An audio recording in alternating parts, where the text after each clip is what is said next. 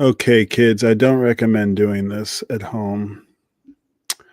This is for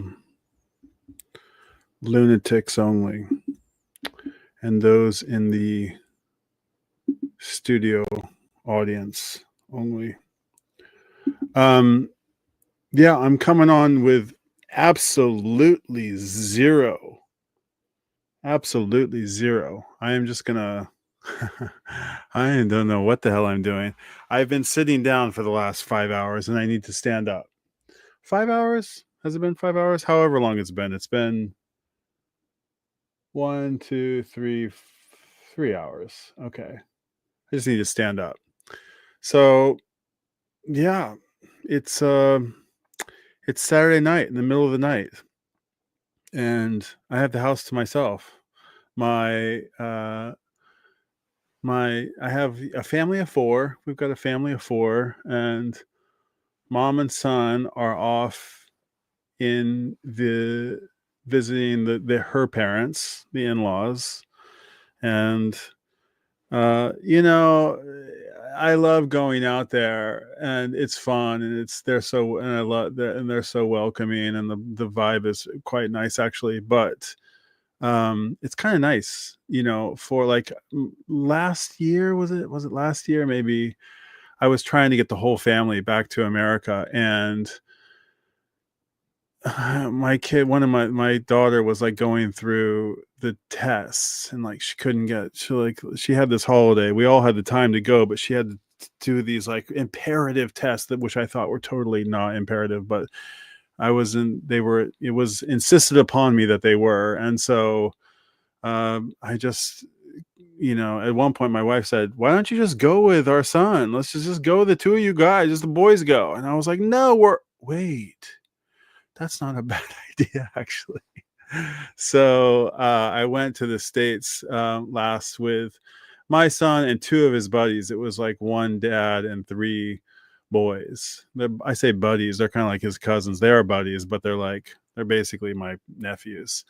And so, yeah, it's kind of nice to go running around somewhere with one kid. And I don't know if I've got any secrets to who well, I don't, yeah. I'm in this, let's see, we've been married since, I don't even know, 2008, I think. So we're approaching 20 years here pretty soon. And well, we got 3 years to go or so. So we're at, yeah, what are we at? 17 years. And something like that. And I once worked at a this diner. We all worked at this diner back in the day, Dot's Diner, like a Boulder institution. And man, Boulder, that Dot's Diner, anybody out there in YouTube land know Dot's Diner in Boulder, Colorado? I don't imagine you would, but it's a center of the world sort of place. It's really, really cool. It's no longer there. But well, no, I take it back. It is there. It's a little bit, it's evolved into something different, but it exists. And Dot's Diner, where the folks get their yokes, just like supremely, like a different universe, a remnant of a bygone time that was so nice, where people weren't on their phone all day, and like people came in and you chatted with people every day. They sat at the counter. It was a cool kind of place. Dot's Diner, God, Dot's Diner, man.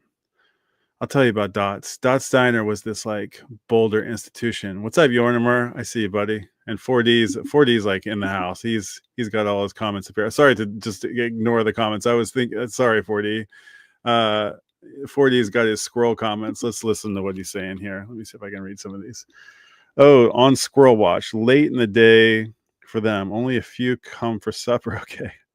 One already visited, and I wasn't happy about the extra wiring on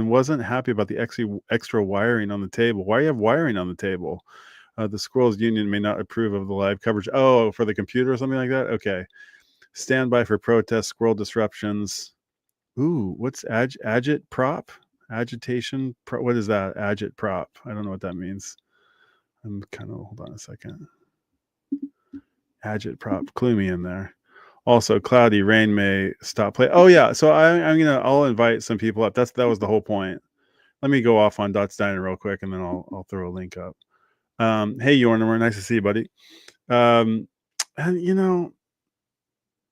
I was just thinking, like, I don't know, I don't see you guys so many other places, but I see you here frequently, and that makes me feel. I took stock. I took stock today and yesterday, and it just kind of dawned on me. I was like, wow, it's like I got this little like posse that's like, it's kind of cool. I feel like I don't feel like we're exactly in the vinyl community. We're like on a on our own little buoy. What's that thing called? The ducky? What is it called? What's a little ship that, I feel like we're on our own little ship. It's kind of fun.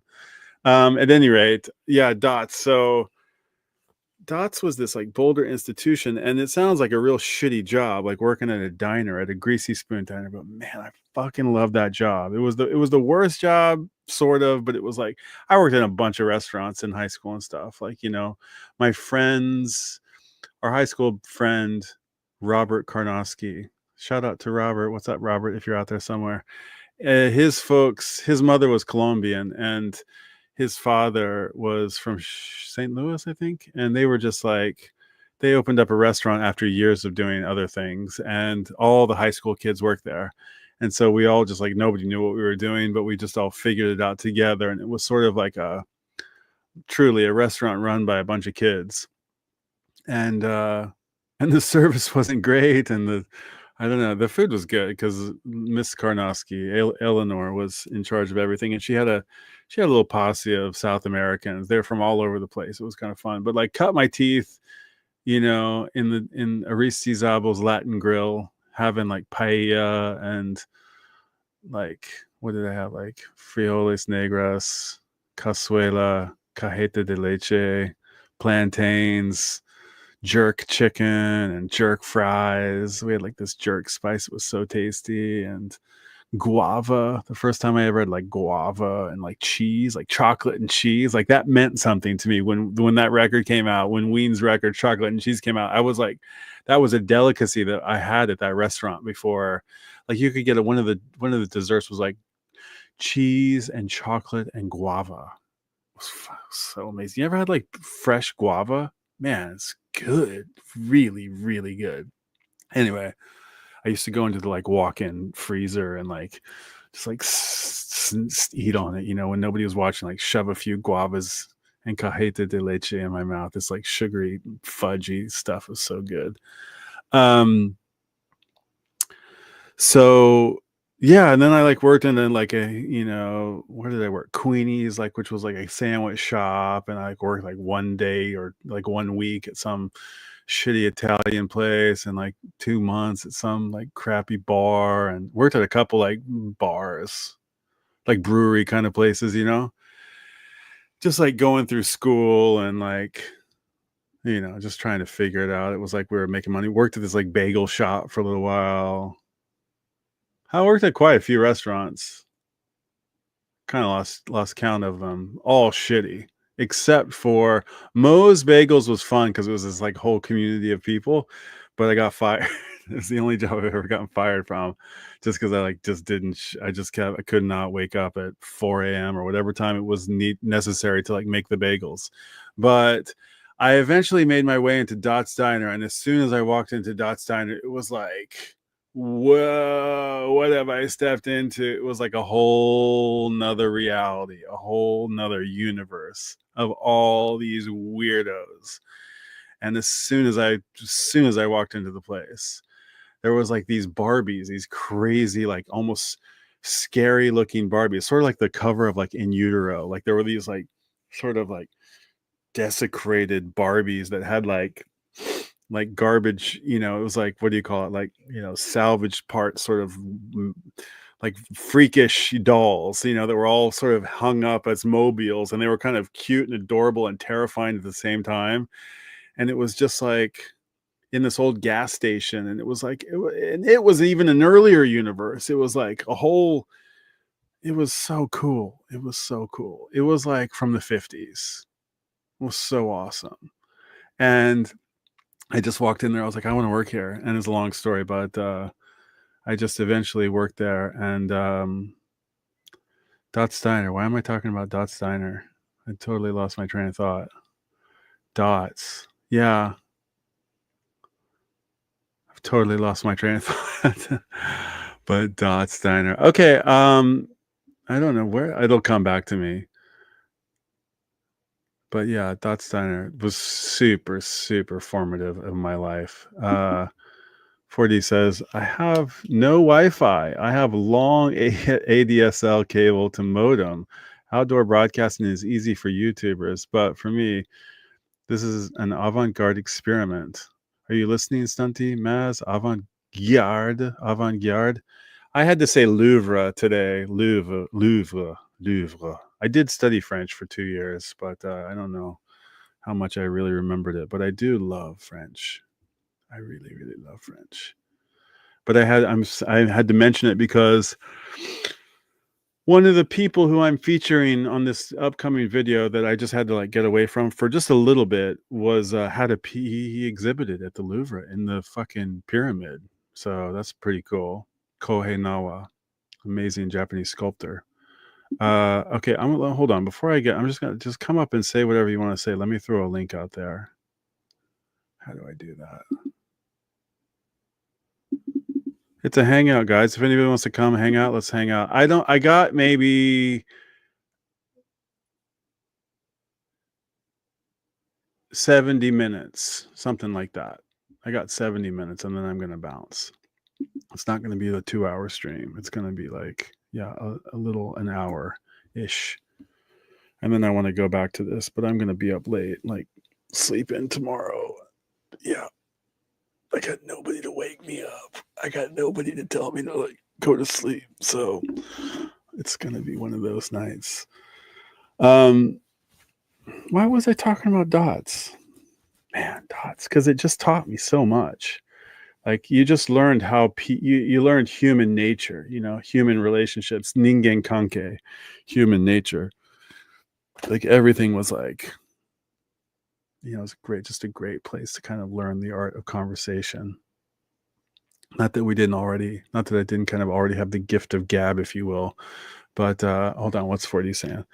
The one squirrel who stopped by saw all these wires, headphone wires, mic wires, webcam wire, modem wire, power plug, and thought, stop me in the street. What are you saying? Stop me in the street. Okay, yeah. So hey, I got a fucking $20 super chat today, and a $5 chat, and a $5 super chat today. Super fucking stoked on that.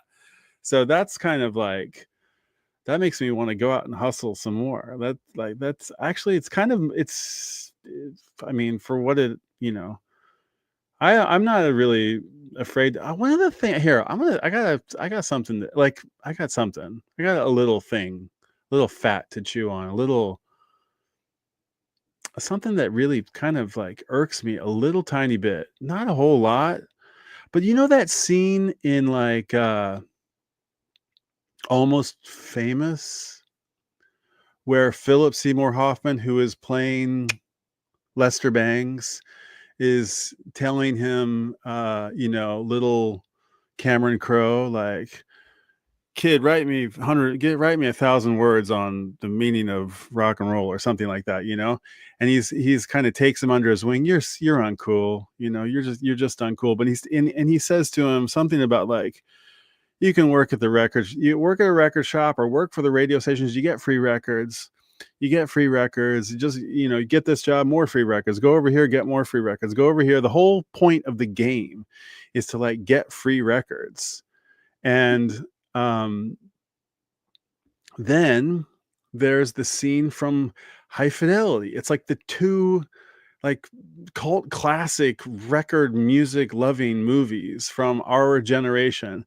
And in that one, in the scene where Laura, right, he like they break up, and then Laura's like dad dies, and then they kind of like get back together, and like she moves back in, or maybe it's slightly before that, but she goes into the kitchen, and she sees a list on the kitchen table that Rob Gordon, our protagonist, has written, and it's like other jobs that he would like to do besides being a record store owner. And it's like, number one, like work at Atlanta Records from like 1971 to like 1974 or something like that. And then get to meet, you know, Aretha, so and so, Zeppelin, and all these people, and get tons of free records. Then the next one is like option number two is work for Chester. I don't remember what they all are, but he like work for a radio station during the era of 1962 to 1967, and it's like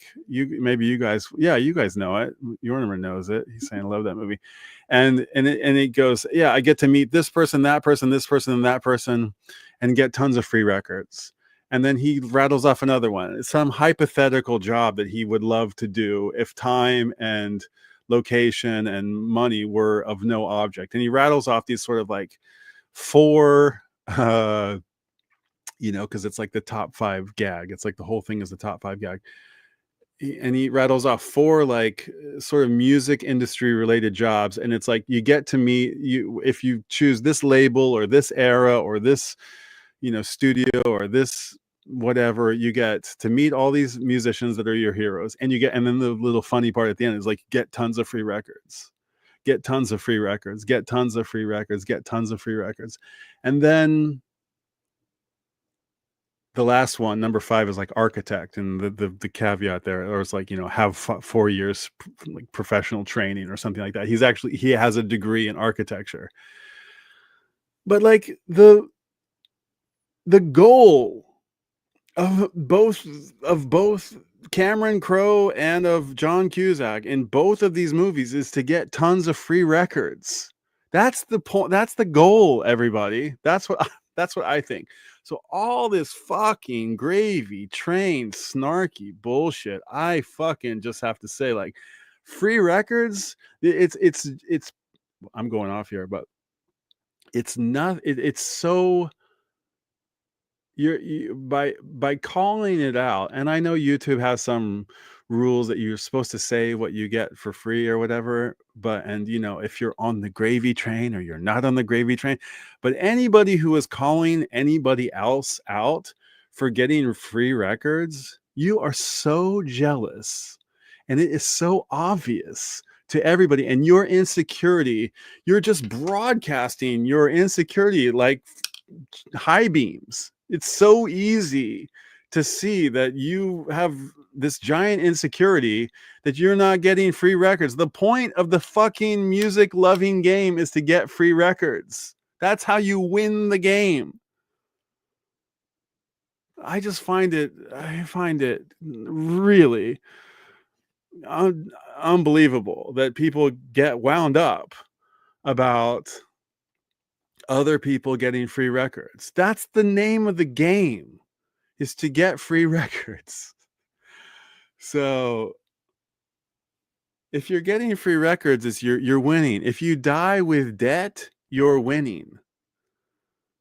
You've won the game. You've won the game at life.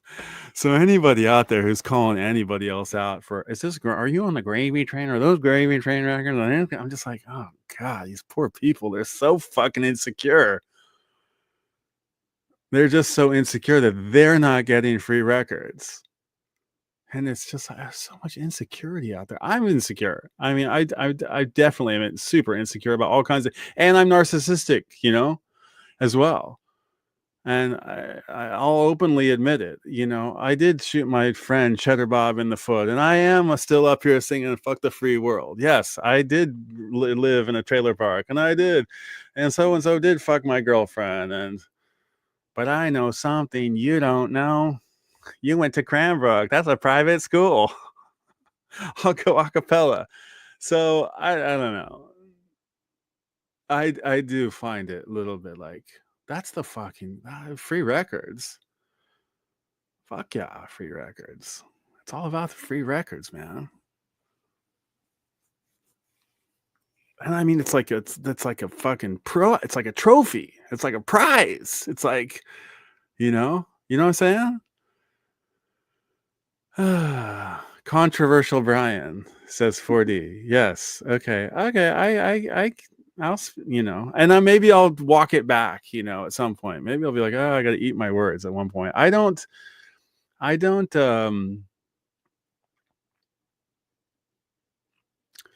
yeah, I don't mind changing my mind.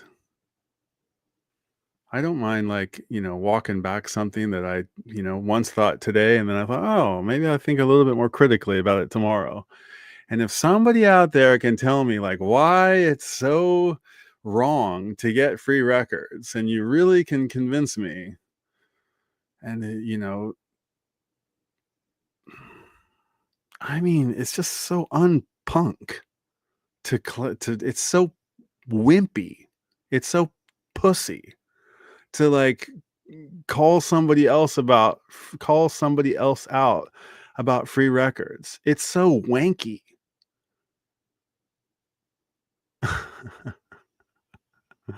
You know what I mean? It's just like, oh God, poor fucking souls. I sang, what's that? Isn't it a pity? Isn't it a shame? What's the lyric? The tears. They can't see beyond their tears. The beauty that surrounds them. Isn't it a pity? I pity these people. And if that's you, and I'm joking, it's tongue in cheek a little bit, but it's kind of serious too. OJC's in the house. I'll send you some free records, Brian, if I get a ride in the sidecar. Man, the sidecar is I can't wait for the sidecar. The sidecar is but it's going to take a long time. Ooh, look, we have a special guest in the house. 40s coming in with the squirrels. Let's see how we're getting a little feedback, 4D. Yeah, hold on. You got to mute something. How is that? Is that pretty good? Better? Yeah, it's better. It's better. You're always got your mic moving around, which is fine, but I think you go back and listen to it, and it's always rattly, tattly, or something. You know what the rattle is? Do you know what the rattle is? I haven't. Tell me. Dust in the microphone. Oh, okay. Get a compressed it. Get one of those things. Or you know what? Get the analog version of it. I got it right here on my desk.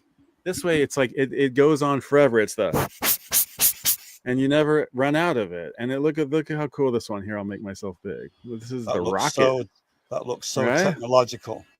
Come on, this is old school. This is the original, right? Look at that. Isn't that nice? And it kind of just looks like a Zeppelin. It is, man. It is. It's and it's you got to get one of these, man. A blower, a real deal blower. What's up, man? How you doing? So I can move the camera when the squirrels show up, but not many will show up. So okay, let's get a squirrel. Let's get a squirrel on camera. So I want to see a squirrel. Before I do any squirrel watch, I thought I would show you the one I couldn't find last time. Hang on. This is the sidecar I couldn't find from the Batman TV series. Let's see it. Here, we'll make it big. Let's see what it is. I know you did show it. Didn't you show it? No. I thought you showed the Batman one. Okay, this is a different one. Yep. Ooh, look at that. That's pretty boss. Nice, dude. That's got a big old fairing on it. Like that one. Oh, yeah. Very nice. Okay. Yeah, man. Cool. That's the one where Robin splits off. Right, and goes right.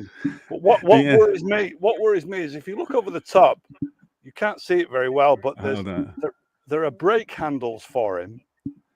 Okay. There's no steering wheel. How the fuck does he avoid all the other cars? They didn't think about that when they made that. I saw a funny one of a Harrison Ford. I think I mentioned this the other day, but he gets in the Millennium Falcon, and it's a little practical set, and George Lucas, he's saying to George Lucas, how do you operate this thing? And George is like,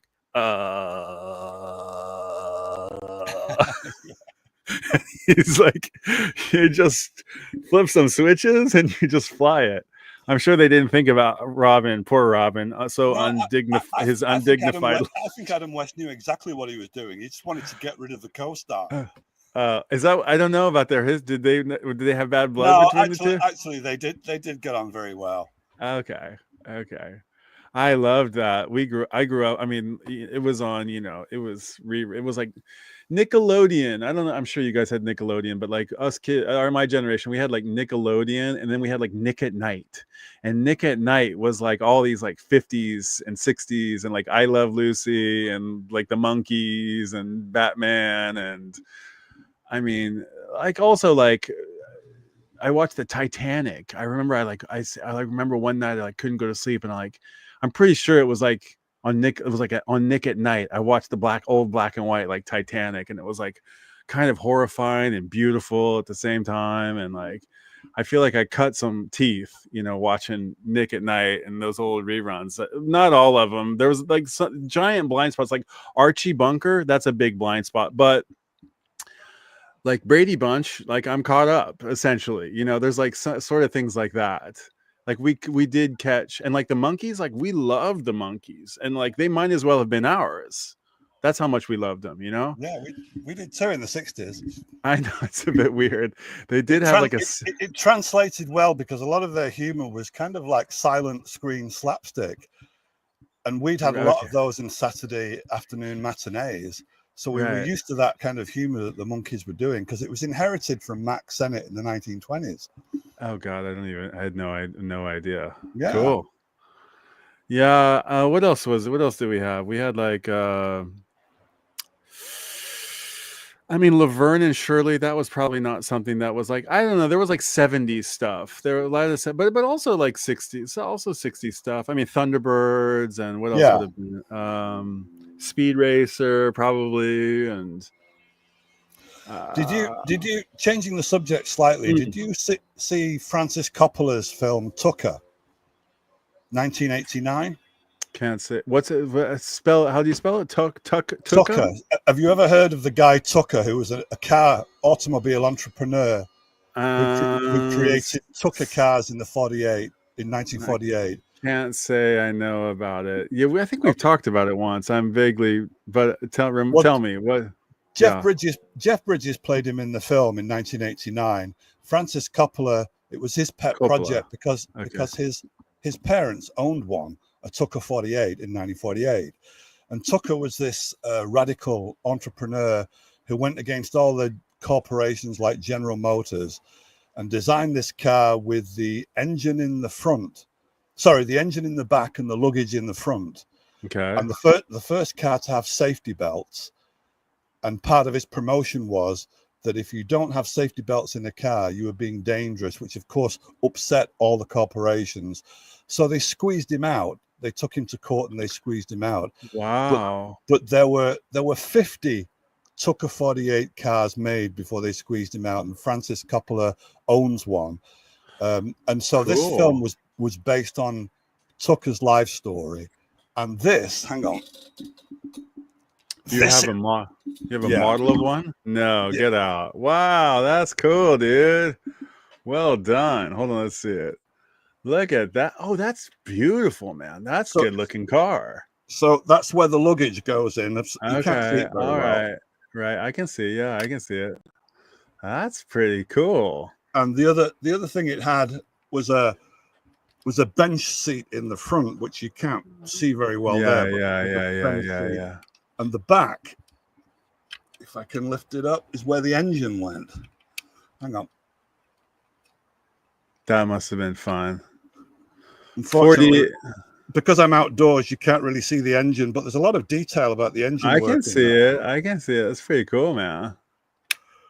Very cool. Look at that. Beauty. What a beauty. Nice color, too. I'm looking at it. The reason and white wall tires as well.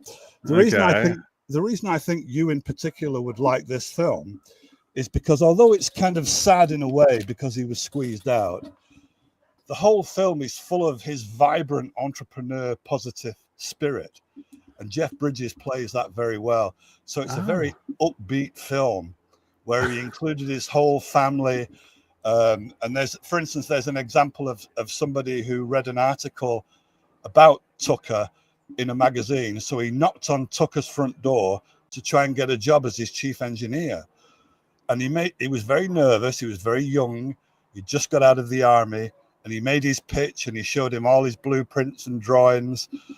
And Jeff Bridges says, yeah, okay. And the engineer thought he'd just been fobbed off. But actually, Jeff Bridges said, when can you start? You want to start now? Let's do it. And that was his example all the way through the film, is that he was very spontaneous, very positive, and just trusted that things will work out. So that's the reason why I think you'd like it a lot. Well, I'm flattered and touched that you would kind of frame that way. Thank you for putting it that way. I mean, I'm just, you know, Brian, Brian, if there's a remake, you could play him. You could play Tucker. That would be fun. Yeah. I definitely think that like positive thinking is a choice, to what, like a detrimental choice sometimes, often, in fact. But like, I always prefer to choose it even over realistic. That's just my default. But I like this idea of the car, and I like the idea that the guy's just like, he's like, let's, you know, I listened to, was it the Jazz Bums this morning? Did you watch the Jazz Bums? I didn't know. Okay, there was a guy on there who was pretty interesting character, who he's been like in TV and movies and in licensing and production. I don't exactly, and formulas, and he's run companies. I don't know, but kind of a mover and shaker. And can you remember his name? I think he's like your generation, and he's old. No, but he's just like, he's got 10. He might have even had a couple years on Mazzy, because Mazzy and him were talking. Whoa. And they were sort of talking as if they were of the same.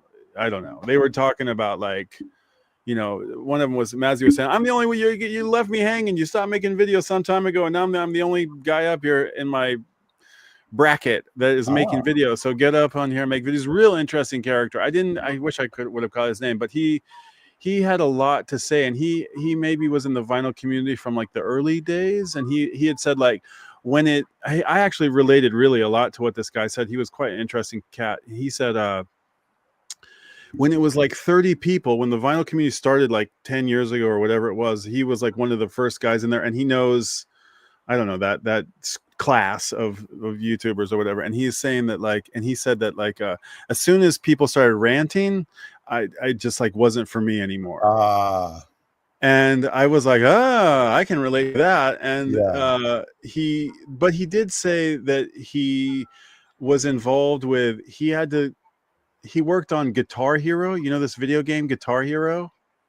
Video games? You're asking me about video games? Well, it's pop culture. I mean, it's pretty, I don't even know about it, but you should at least know the name. You know, it's called, Guitar Hero. You know, it's this video game where you basically, it's got a plastic guitar, and you got buttons and buttons, and on the video gameplay, these like things happen, and you play along with the songs, but because you're playing with actual licensed real music by the Beatles, by AC/DC, by the Stone, by whoever, you actually, like, it's kind of a beloved game, and you can actually get kind of good at it, and like there's, like, you know, people get real competitive about it anyway, and they have to get the real deal licensing for the music that goes on it. And this guy said that, and they make these like interstitials, I think, I have no fucking clue, but I think they make these like interstitials for the video game, like, so when you go to play it, and I guess you buy like the Beatles game, and you buy like 90s grunge game, and then you buy, like, you know, I don't know what you buy. I don't know how it works, but I've never played it. But he was the guy who was in charge of licensing, and he told a story about how he went to Apple and how he sifted through 25,000 photos with Giles Martin to make these, to put something together. And he said about and the video game guys that he went back to go sort of collaborate with through his company. His company was some consulting firm or something, I don't know. But he said these young guys who really didn't understand the Beatles, like they didn't understand the cultural relevance of the Beatles, said something in passing that sort of showed exactly how little they knew about the band. They said something like, we want them to sound like we should make it like they look like the Sex Pistols or something like that. I don't know what it was, but it was like they had, and this guy, Mr. Jones, let's just call him for a lot because I can't remember his name. Mr. Jones said to these guys, like, no, wait, do you guys understand? Like, we can't do that. It would be sacrilegious, or it would be like completely wrong to do it that way. We have to think about it differently. And he said he was lamenting about how, like in his sort of Mad Men era of advertising, even though he's probably too young to be of that particular generation, it's just that the young guys who do business, they can't dream big enough. He said he had to eventually he just had to like get out of the production business and the like collaboration and the consulting business, because these guys who are, I don't want to throw a bunch of shade at young people because they're like, look how little I do. But I was just getting back to this. But in a way, that's the Preston Tucker story. The guy. That's what I'm talking. That's why That's why I mentioned it up, is because it's like some guy that notion, like, okay, let's do it. Where do we start? Let's do it today. You know? Okay, well, what do we do? You know, like for you, that's where you. I mean, I don't know. That's where I would start. So the miracle of Francis Coppola's film is that even though in the end, I would say it's a tragic story in the end, but somehow it's upbeat all the way while acknowledging the corporate power structures and how intimidating they are. Somehow Francis Coppola pulls off this fantastic joyride that's historically quite accurate, which is full of joie de vivre, and that's why I think you love it. And also the cinematography is, like with every Coppola film, the cinematography is beautiful. Well, and Joe Jackson did the soundtrack as well. Okay, cool. Well, hold on a second. Let's look at this real quick. Yeah, I can't see the chat, so I'm relying on you to monitor. That's okay. Nobody's coming in, but I'm pulling up the car here itself. I'm just looking at a Google search of Tucker car. There you go. That's the one. They're quite beautiful, man. I mean, look at this silhouette. The other novelty was it had hydraulic suspension. Right. I know it. I've seen this before. I kind of know this story, but not really. I mean, that's freaking cool. And the extra novelty, Brian, was when you turn the steering wheel, the front headlights turned as well. Oh, so, get out. Really? Yeah. That's cool. That's cool. Yeah, this thing's a beauty. Yeah, man. I just watched, so I don't have time. I mean, to me, like a movie is sort of like, I love it. I love watching movies, but it's like I feel like I really have to force myself to like sit down and watch a movie, because I just like I have other things I need to be doing. Yeah. And but last night, like when the family's gone, or when it's Christmas, when it's the holidays, and like I'm off for a week or what, I'll watch some movies. And last night I watched Oppenheimer. And did you see that yet? I haven't. No, Maz recommends it, but I haven't seen it yet. It's another one of these things where you have no idea the levels of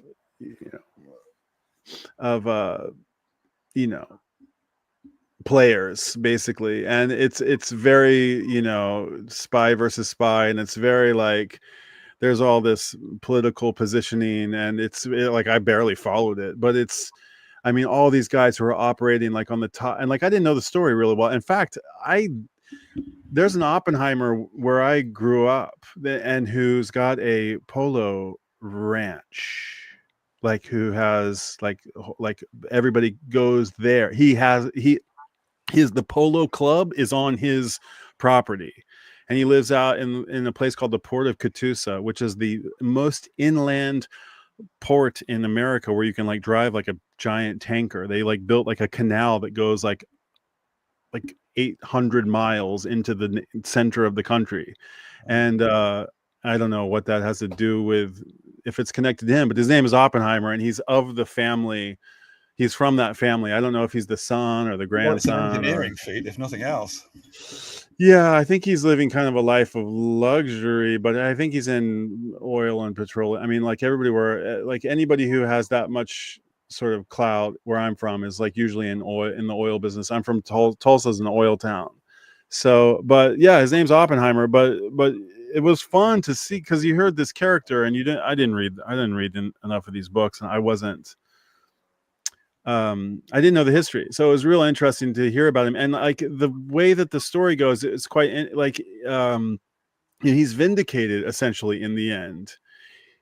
I mean, you know about his, like, he was on the McCarthy list, and like he was I blacklisted, didn't know and that. Oh. oh yeah, it's really, and it's pretty interesting. And but he was a how to say, like, I would have thought that film would be downbeat, but it sounds upbeat the way you're talking. it's pretty fun. It's pretty fun. It's exciting and scary, and there's a lot of like play. There's a lot of action, and I mean a lot of like I don't know what the word is, but like you know like spy versus spy. There's a lot of double crossing going on, and you're like, oh, they've got the ball. Oh, they've got the okay. It's going back and forth, and when you think one thing is safe, then there's another twist and turn. It's quite a thriller, but it's and it's so confusing because I mean, when I came here to Japan, like the very first place that I had to go was Hiroshima, because I was like, Yeah. how the hell does this make any sense? Yeah. Like I just can't imagine.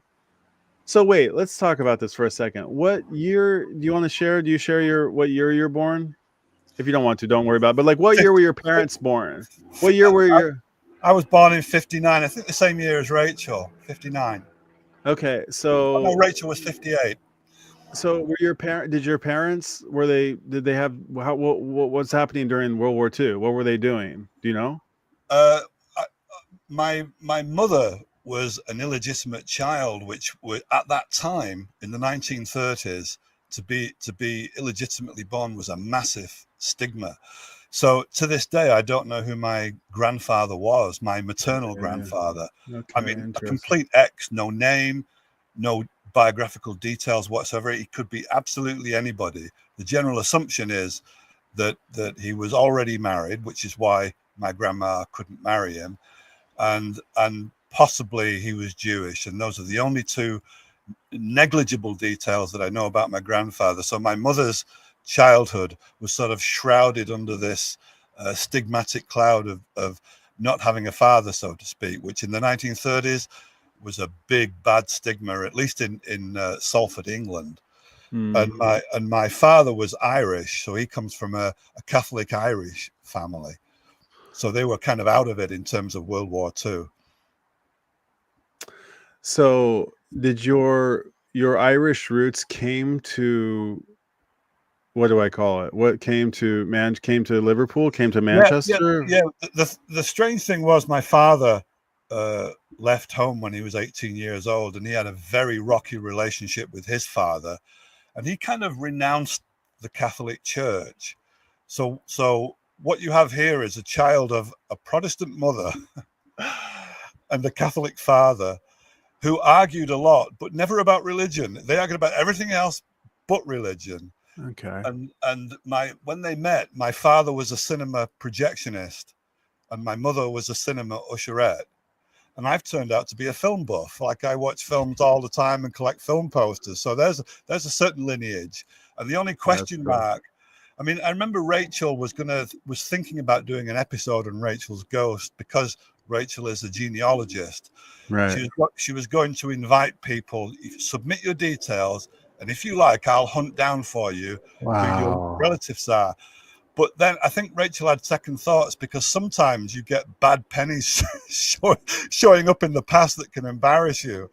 So I don't think that show actually took off. It didn't go anywhere, but it was just an idea that she had. And when I discussed it on screen, I said, well, I'd love to know about my grandfather, but I can't give you any. How would you hunt down somebody when you have no name? 4D, you of all people are gonna fucking sign up to go have your shit checked out, and you're fucking throwing me under the bus all day long for a year for my database idea. Not even database. It's not even a database. It's called a roster. It wasn't even a database. It was just you have a long memory, Brian. Well, no, I don't. But it's just rich. It's real rich of you to say that you're like, oh, sign me up, find out who I am. But I would like to find out who I am too. I would like, because think about this, my daughter's in. Yornimer's got a comment here. Yeah, I love that film too. I think you're talking about Oppenheimer. Love the optical effects in it. Yeah, it was very, very cool. The subject matter is heavy. Yeah, it just goes from like, elation to like horror in the same breath, and it's very weird. It's like you're kind of like in a, you don't know to be, you they're like, he says at one point,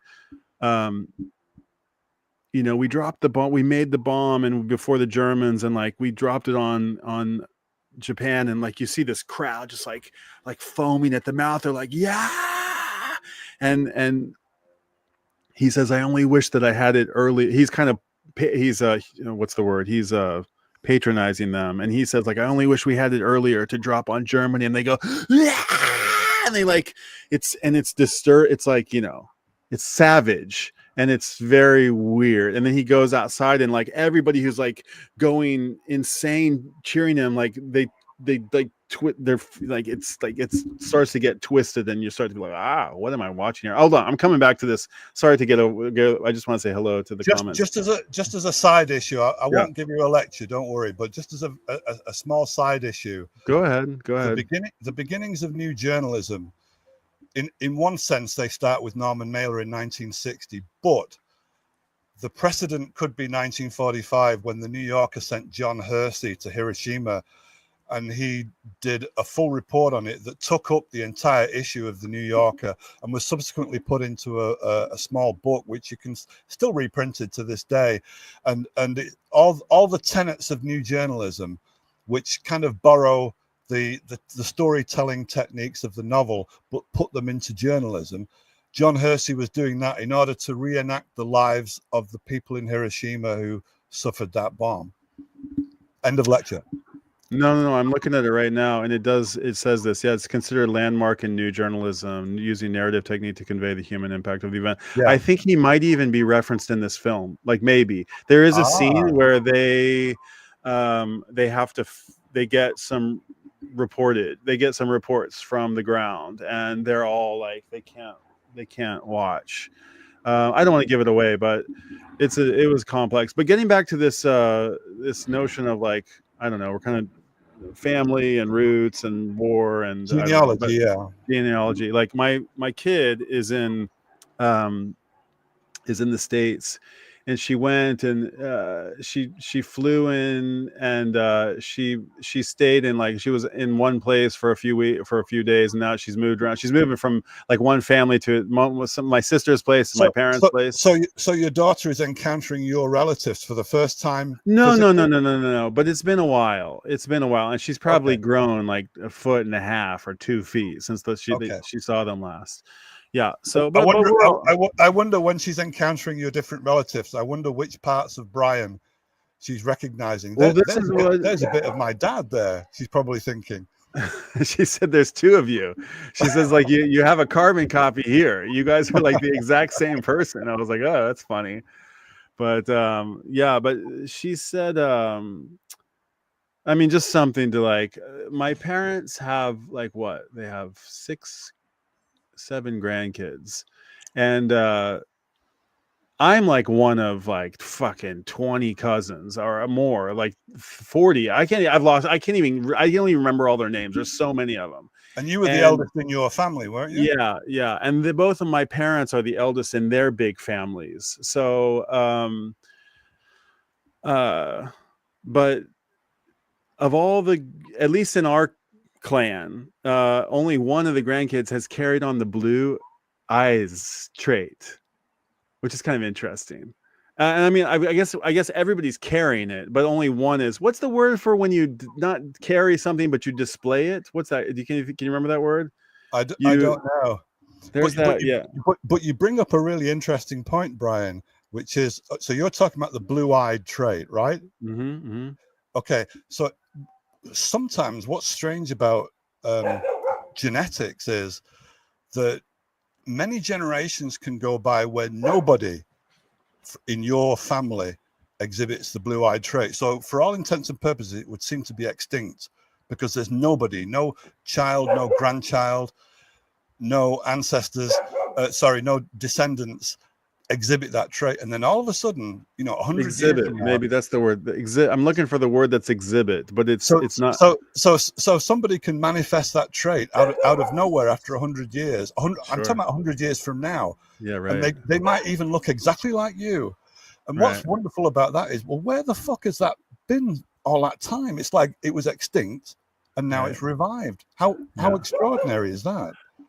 I just saw like some report about some fishermen. They just dug up some fishermen from the ice, and they say that like 90% of Irish people or of Irish descendants are all from this one dude. And like they found that could be my grandfather then. Hold the boss. But the guy who like made the linkage, I don't know how it worked, but like the guy who's somehow got the 600th generation of the dude, who's related, they look exactly alike. It's so crazy. But maybe that's just my perception. But it was like a mummified sort of like, it was kind of a weird. But it was undeniable. There's something weirdly immortal about some genetic combination which exists, say, right now in you. And then for the next 100 years, your children, their children, etc., it's nowhere to be seen. And then all of a sudden, 100 years from now, there's a guy with blue eyes. He's a maverick. He talks around in all kinds of weird, wonderful ways. And he's like a replication of this guy that was 100 years ago, was called Brian. 4D, I really appreciate you coming around. I really appreciate it a lot. I have a fun time riffing around with you, and you make me feel really good. So thank you for all always compliments. I really appreciate it. Good, but don't you think that's amazing that genetic combination can disappear as though it's vanished off the face of the earth, and then like 100 years later it can show up? It's like, where's it been all that time? Yeah, it's expressed, maybe is the word I'm looking for. Like, it's recessive, and Yornimer got it. Recessive, it's recessive for 10 generations, and then it's suddenly, I think dormant. It's always recessive. Like dormant, he's saying. Yeah, dormant. Yeah. And, there is a word for it, Brian, but be very wary of words insofar as when you know the word, you don't necessarily intimately know the thing itself. All you know is the label for it. And what I'm saying is peel back that label and just see how wonderful that is. That it's extinct for 100 years, and then it's revitalized out of nowhere. How weird is that? It's very weird. It's an old Zen Buddhist technique, I think, which is that try not to know the names of all the trees.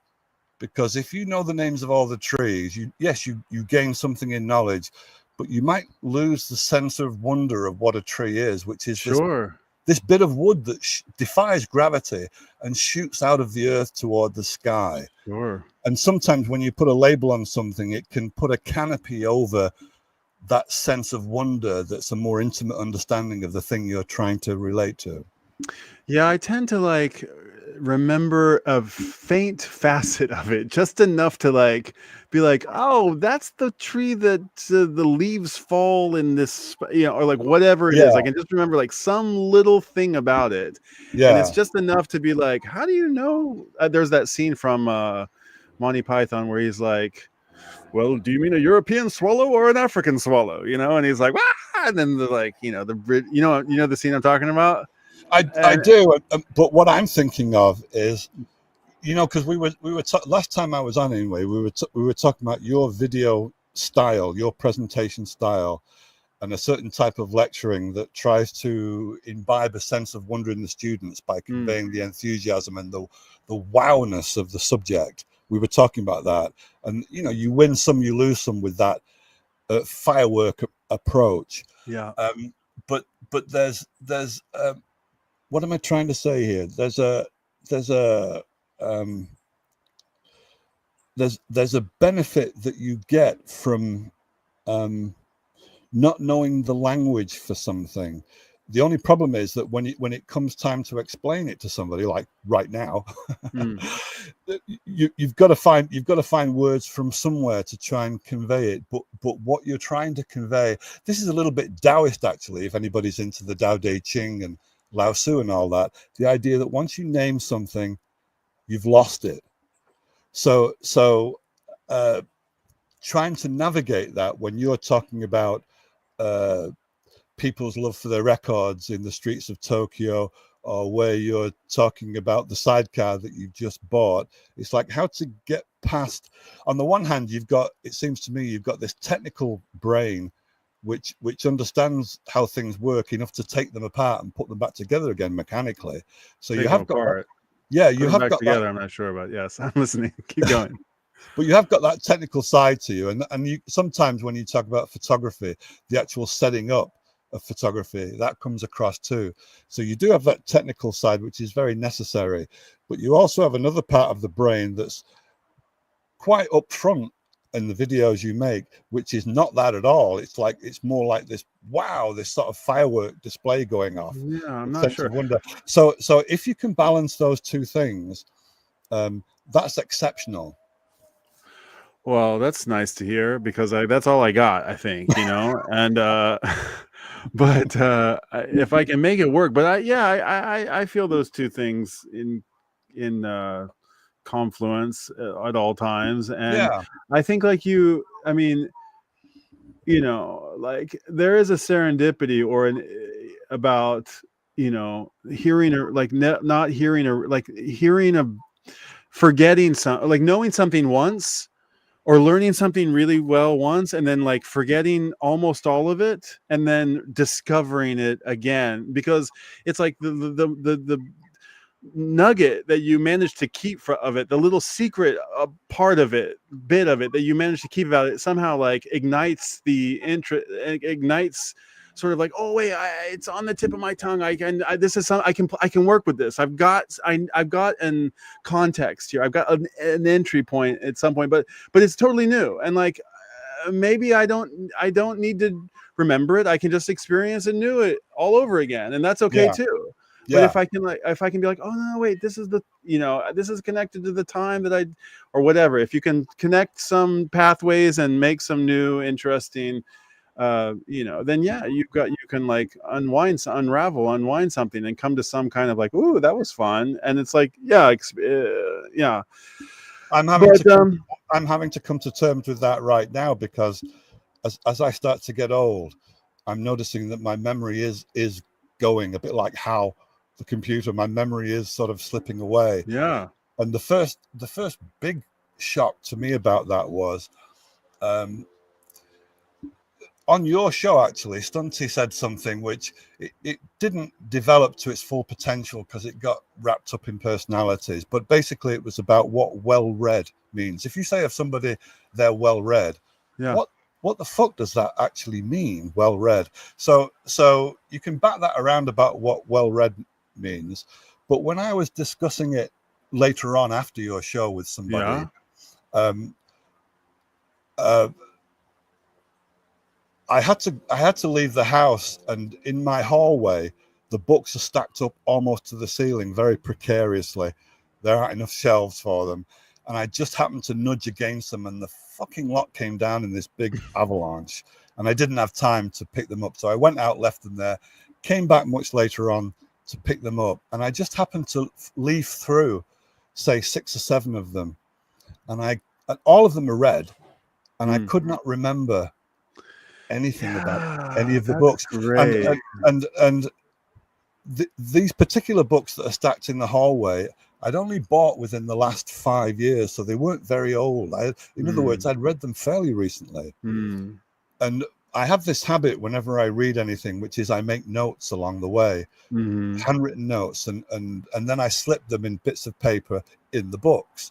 So out of curiosity and desperation, I looked through these handwritten notes, and then I could remember what the books were about in fairly good detail. But that lapse of memory was one of the first indicators that I am growing old. Did it give you?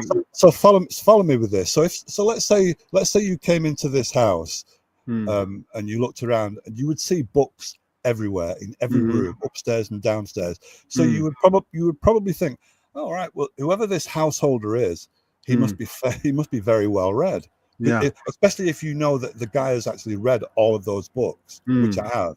But then it turns out that this guy can't remember books that he's read even 5 years ago. So therefore, what does it mean to be well read in the end? Well, I think it means like you did the act of, like, Kobe Bryant has this story that he told about, like, he was like, or I think it's like one of his competitors. You know, Kobe Bryant, the basketball player from the LA Lakers, one of the best, like the second Michael Jordan, if you will.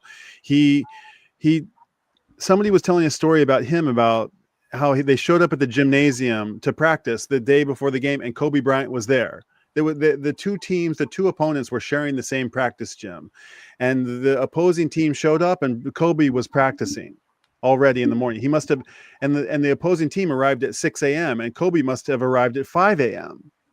And Kobe practiced from 5 a.m. to 12 p.m. And the other team, they were like, fuck, he got, it's like when you go to the urinal and like the guy next to you is like peeing longer than you, and you're like, you don't want to have a pee and then like leave before this guy finishes, what I'm talking about. So the other opponent's like, well, we're leaving before Kobe has left. So the guy leaves, and he comes back in the afternoon to have a little bit of afternoon practice. And he shows up again, and Kobe's there again before he arrives. And then the opponent leaves before Kobe leaves. And Kobe, and maybe it's Kobe who tells the story, I can't remember, but Kobe eventually says, at some point, you're never going to catch up with me. At some point, you're never, ever going to catch up with me. There's no amount of hours that you can put in that you're going to get caught up to me. And Brian, I think, Brian, hold that thought, because you just mentioned going for a pee, and now I really have to go for one. So sorry, my bad. Sure. Go for it. Yeah, take a break. All right, 4D's going off for a break. Oh, of course he's going to leave me with the echo here. Rest in peace, Kobe. Yeah, I'll say hello to some of these. Sorry, I missed some comments. Hey, Ninja Cat Matt. Again? No. Yes. Again, definitely not still going. I'm not still going. I'm going again, and I'm not going for much longer because I want to get back to this thing that I'm working on. Good to see 4D. Yeah, 4D doesn't come around all that. He doesn't get on screen all that much. In fact, there's these people, and this is no shade at you, but like some of us out there in YouTube land are faceless channels, and that's okay. Like no shade, but like it's when you know somebody's face, there's a lot of shit gets neutralized, and it's hard to like carry on I get that. I mean, actually, I don't get. I should admit that. Like, I don't really, because that's so not me. I'm so out there. I'm so like, I just like, I've always been this way. I've always been like, yeah, just push me out on stage, and I don't know what I'm trying to say, but like, I've never been like stage shy or camera shy. I want to say like never, but it's not entirely true. But 4D, I kind of thought was this like mysterious person who wasn't anybody, and as soon as he popped up on screen, somehow it was like, oh, actually, like, you don't know this, Ninja Cat Matt, but like 4D got off on the wrong foot, and we were. I don't want to say adversaries, but 4D is a very nice, clever dude, and he was psychoanalyzing me because he's of that ilk, and he's just likes to, he's interested in sociology and psychology, and he saw something in me that he was like, I don't know if this guy is heads or tails. He's been in Japan too long. And I was like, me, what did I do? And then kind of we got into a thing, and then that's the story. And then there came to this like watershed moment where we basically like saw eye to eye on something that we hadn't seen for a while. So then now he comes around on my channel. I don't see him on other channels, but 4D, Ninja Cat Matt is saying good to see 4D. I think people who don't know your face are happy to see you. Cheers. Labels affect your mind's construction of the subject. Labels I mean, I'd like to understand this idea more about as soon as you know something, it's gone. That's an interesting notion. So can I wind you back, Brian? Because you were talking about this. It's not how much you retain. It's not how much you retain from the books. That's not what well read is. In fact, that's the difference between, like, I would say, maybe I haven't really thought about it. When I say well read, I think of learned. Like this silly word learned. He's a very learned person. What the fuck is learned? You know? But is it you put in your time. It doesn't matter. Like Kobe's a champion for life. He put in his gajillion hours, and there was no amount of at some point you can't catch up on all the books. There's too many to read, and you got to get some in every year. Like every year that you don't get some books in, it's not like you're ever gonna have time to like go get them back in. The Moby Dicks and the Tom Sawyers and like whatever, the Hemingways and the Faulkners, you can't go back and like you can, but at the price of whatever new is coming out or whatever you might want to read on the internet or something. So maybe you forgot. I don't know. I'm just like riffing here, but like to me, I'm not really impressed by the. I am very impressed if you can retain all the information and rattle it off like Mazzy can seem to do about. It's so funny. Mazzy, I sometimes want to call him out. He's like, every record he he used to own every record that he doesn't have anymore. I always see him like, I used to have this. But I say the same thing. I said, but he's like, he'll talk about like, I've been to Chicago 25 times. I'm like, 25 times? You remember you've been to Chicago 25 times?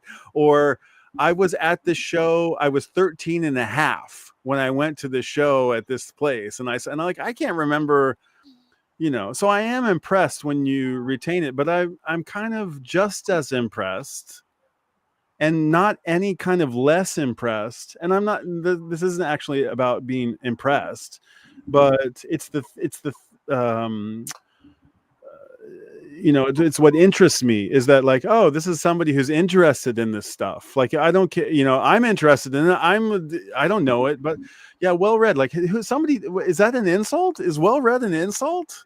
There's so many tangents that this can go off on, and I'm not quite sure which way to go with it. But no, I don't know either. There's a difference between knowledge and awareness, and the latest example of that I posted a comment on Michael 45's video last week. He does these live videos where unfortunately it's right in the middle of it's like 3 a.m. Right, they're all really good broadcasts where Thomas the DJ or Stunty the DJ will play a bit of a record and then it's quite liberal. They let those records go for quite a while, and then they'll discuss it, and then they'll play another. It's a really good show, and because they started to play film soundtracks last week, I just tripped off on comments about film soundtracks, and I happen to remember that once you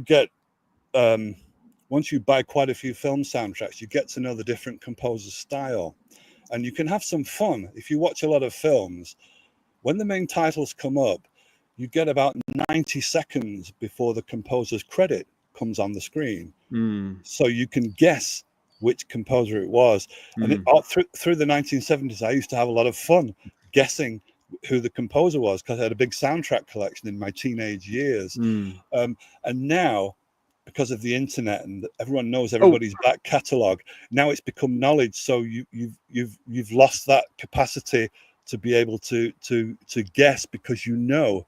Whereas what I had in the 70s wasn't knowledge, it was enough awareness to intuit, often anyway, who the composer might be. So that would be one example of a distinction between knowledge and awareness. And awareness. And I'm not quite sure how that taps into well read, except that I'm always wary of people who buy books and never read them. No, I'm always wary of assuming that if somebody has I've got a feeling, I don't know him at all, but I've got a feeling that Greg or JCs would agree with me about this. But I shouldn't say that, but I think he might agree with me. I don't assume that if somebody has a PhD, you know, they're highly intelligent necessarily. And I don't assume that if somebody has no qualifications at all, that they're not highly intelligent. I don't think there's any equivalence by which you can measure one or the other. And one of the reasons I know that is because I wasn't qualified until much later in life, until in my 30s, before I got anything.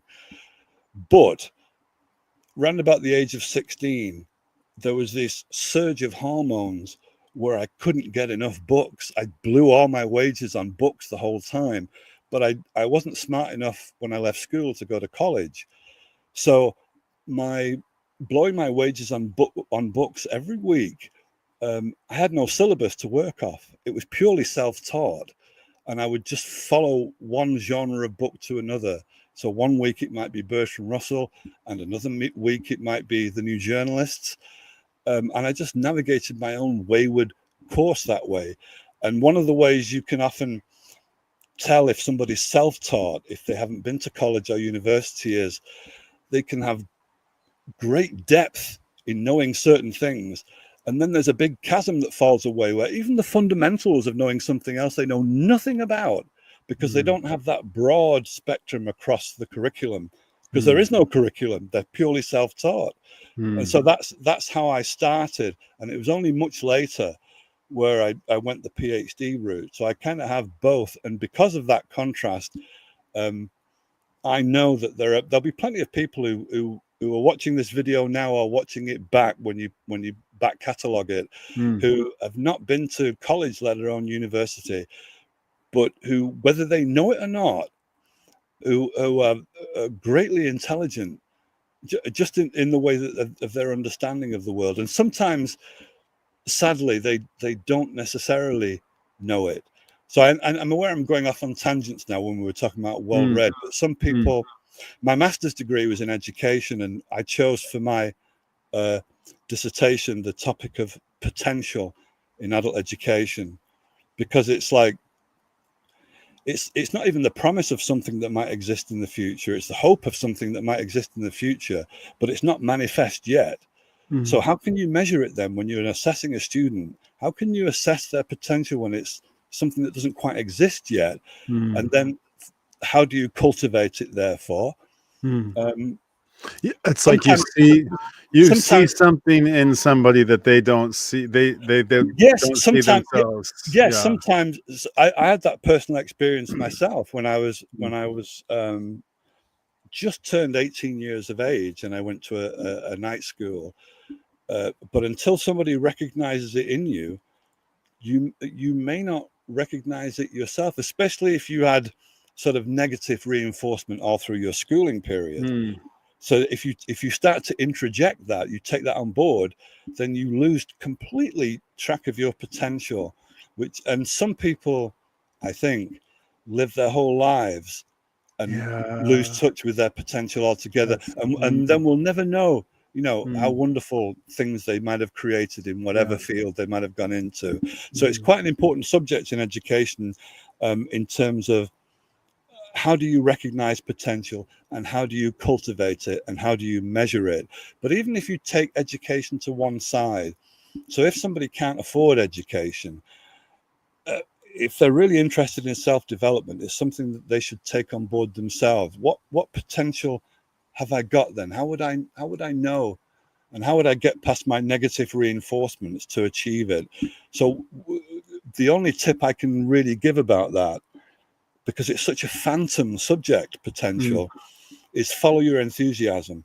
Whatever you're enthusiastic about, that's a signpost to where your aptitude probably is. Just follow it through. It may not be the careerist path. It might not be a moneymaker, but that's where your aptitude probably will be. Yeah. Alan Watts says this, and, like, if money, there's a great lecture that he does that I've listened to 1,000 times, where he's like, if money were if money were no object, what is the thing that you would chase? And, like, I just heard it. Sounds so, like, obvious here when I'm just repeating it now, but it's like, of course, the way that he articulates it is so profound, and it's I actually haven't listened to it in years. I should go back and listen to it, but those things crystallize for me in chapters of my life. I would say that the other, chasing enthusiasm and just, like, I don't know, not hunches, but like passions and things that feel right, is I think I've done that, and it's served me mostly well. However, in fact, I think it's probably served me excellently.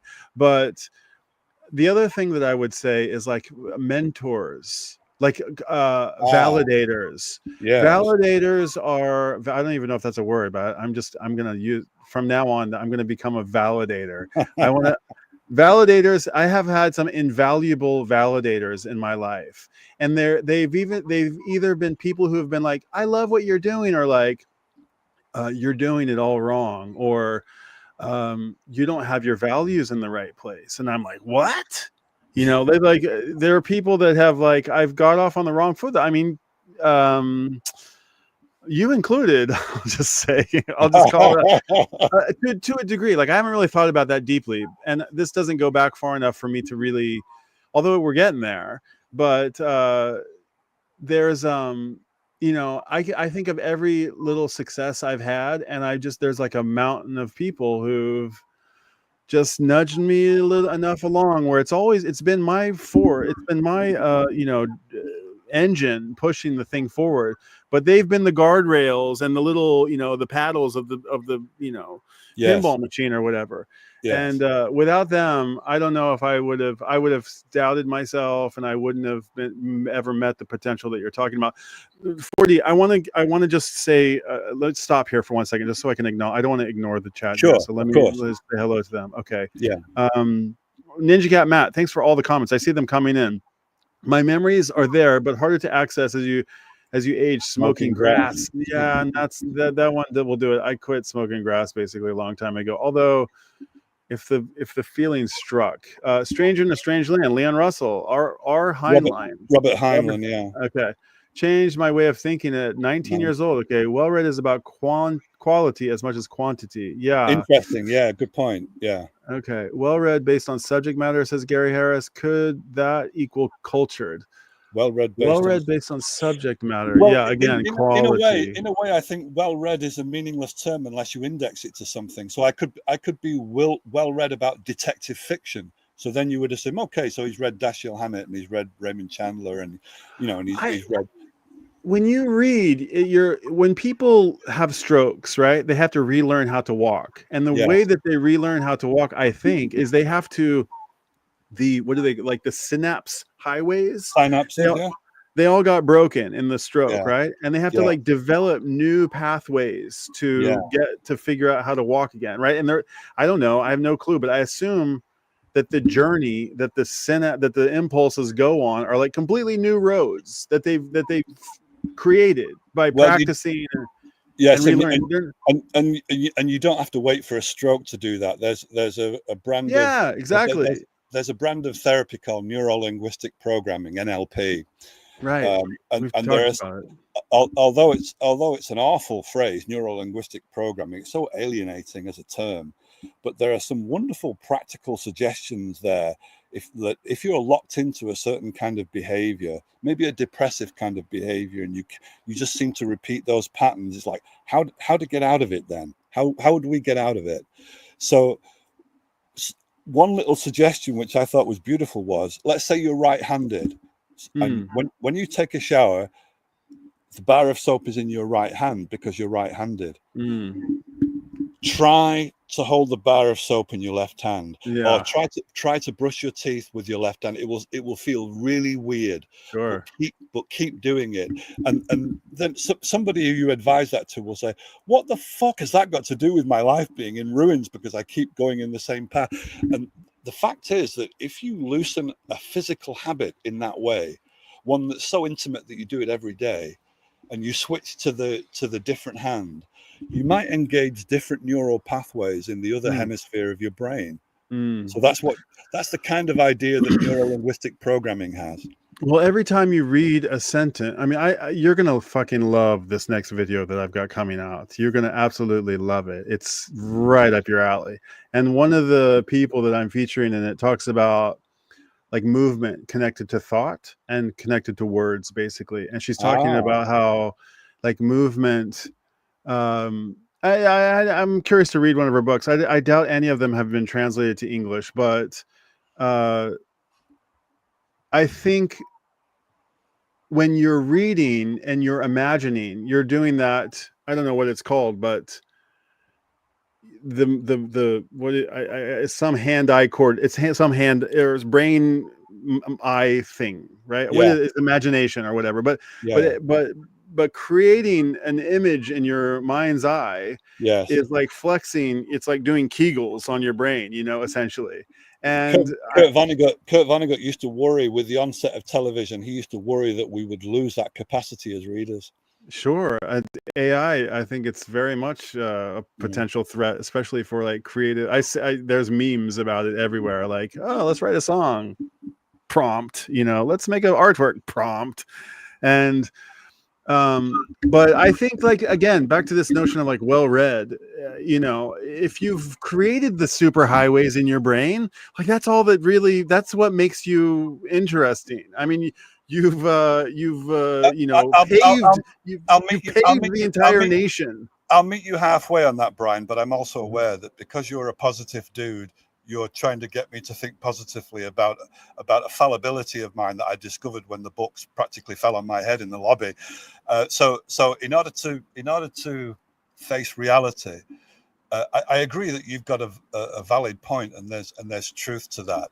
But it's also true that I'm getting old, and part of getting old is that you do deteriorate, and things like memory do start to go to the wall. So I can feel that's happening to me, but very, very, I'm not talking about Alzheimer's, but I'm talking about a slow deterioration of things like memory and articulation as well. It's just part of getting old. But they say that, like, the happiest demographic, the happiest, is like 60 to 70 or 70 to 80. It's like they say that. So, okay, maybe your memory is going, but does that mean that you're less anything else? Look at you now, Mr. Positive. Look, you're pushing me towards that positive, aren't you? I don't know. I mean, my mother, bless her heart, I hope she's not watching this, but like she said something like a year ago or like 2 years ago, I forgot what it was, but like she said something. I was like, I won't be able to remember exactly what happened, but she said that she had a life planned out other than having children, and you've waylaid her destiny. Oh, no, let's not go there. No, it was like it was something about, like, it was just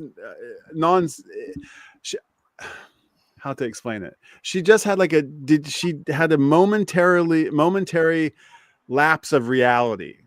Like, and she was sitting there like denying something that clearly happened, and the proof was right. I was like, no, look, this is like, don't say that because you wrote it. And she's like, I didn't write that. I'm like, Mom, I watched you write it. It wasn't like, I'm just as an example. And she's like, I didn't write it. And I was like, wow, okay, I'm at a point in life where I'm at the top of the hill, or I'm even past the top of the hill, but like, okay, I'm going back to where I came from. It's something like that. There was a little, just a fucking, it sparked. It's sort of tongue in cheek, but it was actually like a thing where it was like, okay, there may come a moment where, I have to face this with something, and it's coming for all of us, right? It's like Yes. nobody can escape Yes. it. But Yeah. yeah, I don't know if I like say like for like the thing I kind of like worry about is like, did I do enough? You know, I don't know who it is. It's I just fucking who is it? Hold on. I want to use. Did I do enough? Like, did I do enough with the time that I had? And that's the one that worries me, that I didn't. I didn't do enough. Well, I don't know about that, but one of your gifts is spontaneity. You're very capable of being in the moment and adapting to whatever comes along, such as walking down the streets of Tokyo and suddenly happening upon this band that's just sat on the steps, and so you create a conversation out of that. Without, you can't possibly have known that was coming around the corner, but you adapt, and then it becomes a natural conversation. So you do that better than most people that I know. You do it better than I can do it. So by being in the moment, you're not as dependent on memory as somebody like I am, who's a recluse.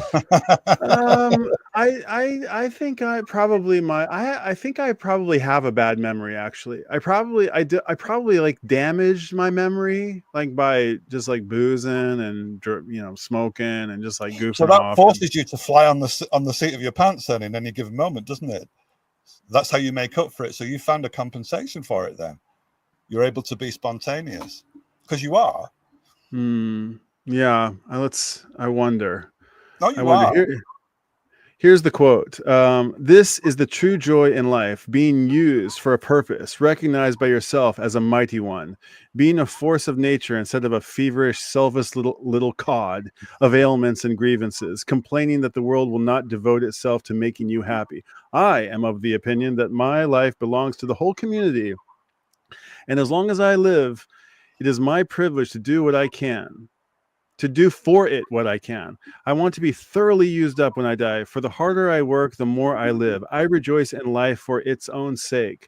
Life is no brief candle to me. It is a sort of splendid torch which I have got to hold for a moment, and I want to make it burn as brightly as possible before handing it on to future generations. George Bernard Shaw.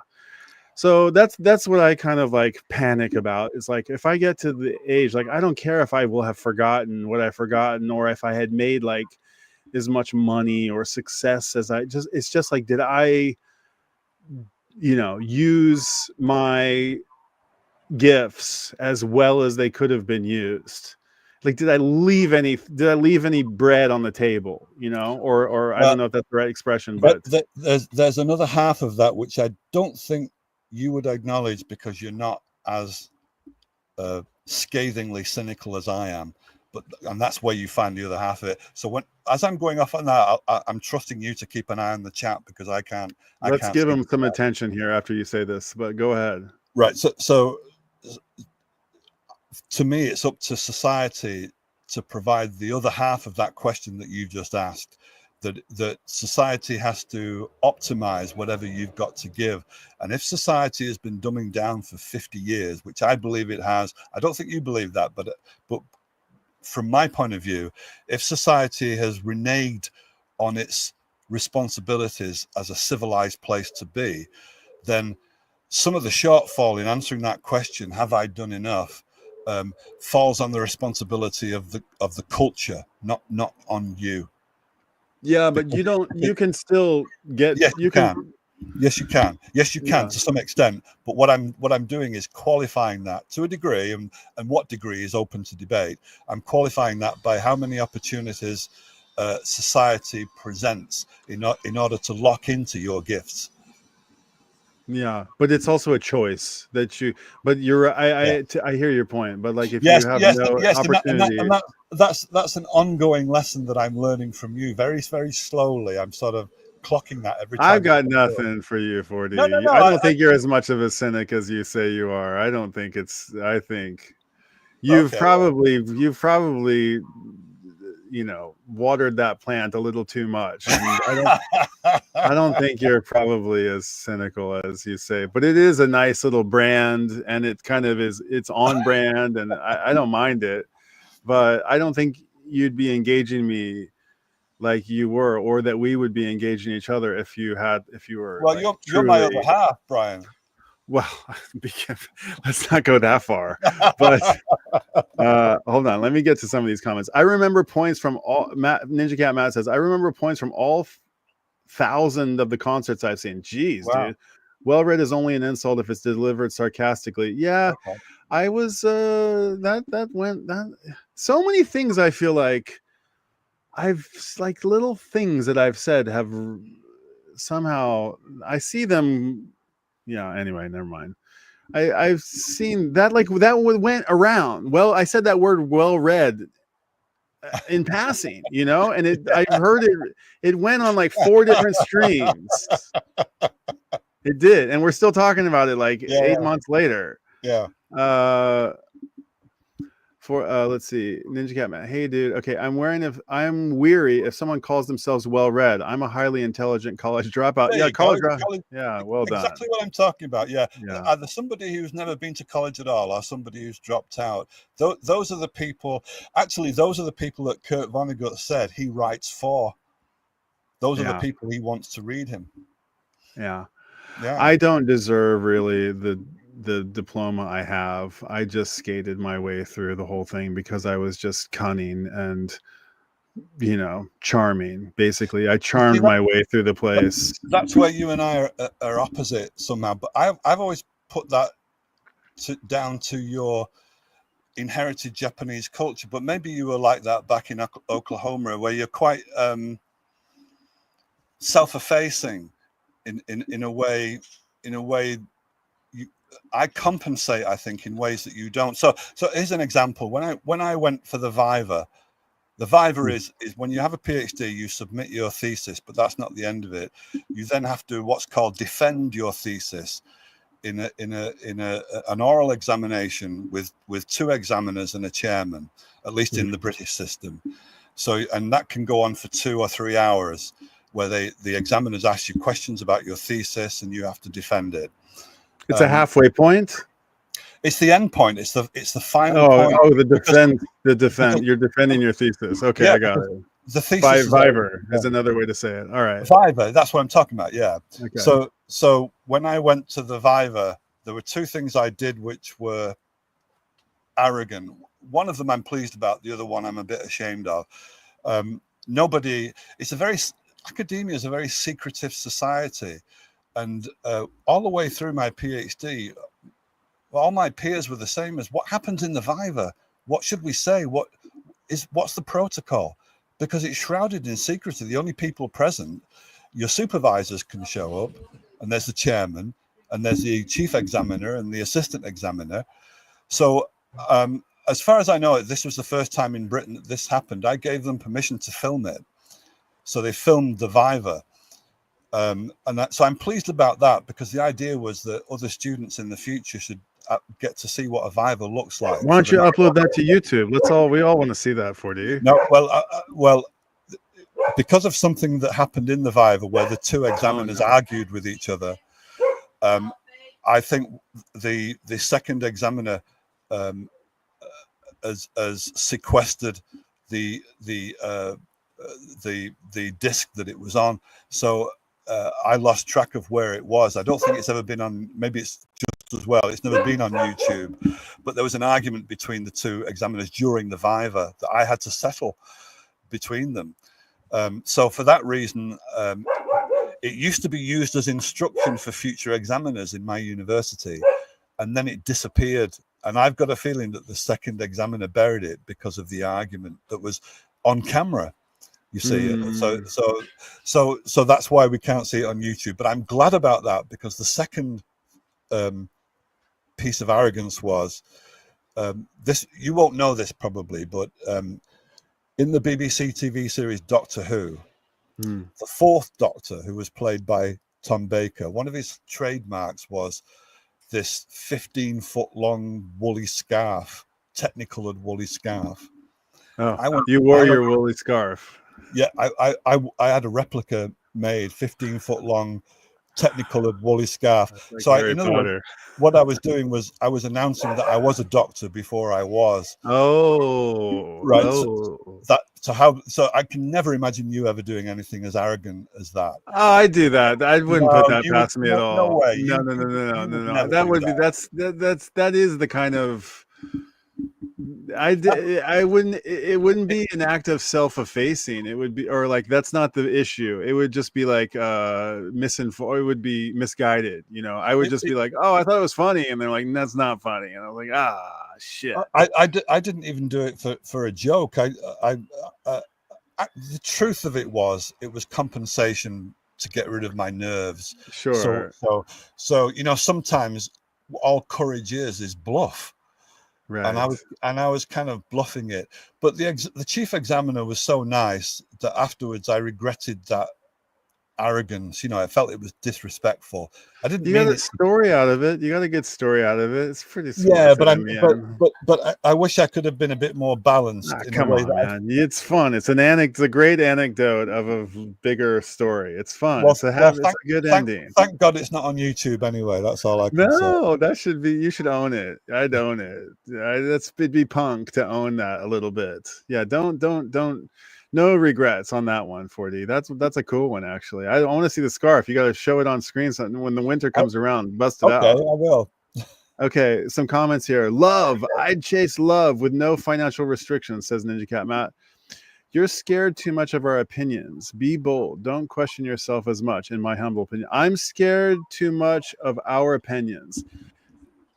I'm not scared of opinions. No, I think you're mindful of how you come across. Yeah, and I'm conscious of like keeping a vibe, and somehow like yeah, I'm not scared of opinions. I'm definitely not scared of opinions. We can all have different opinions, and we can all be like civil, so long as we're like, yeah, like if you don't have something nice, not that this is directed at anybody, but like I just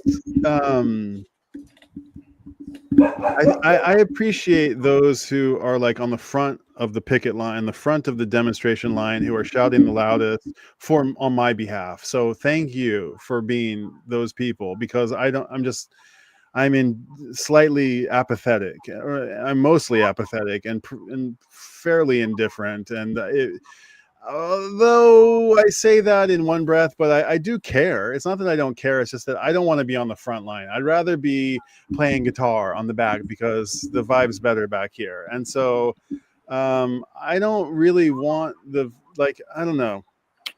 I'm not afraid of different opinions. I just don't.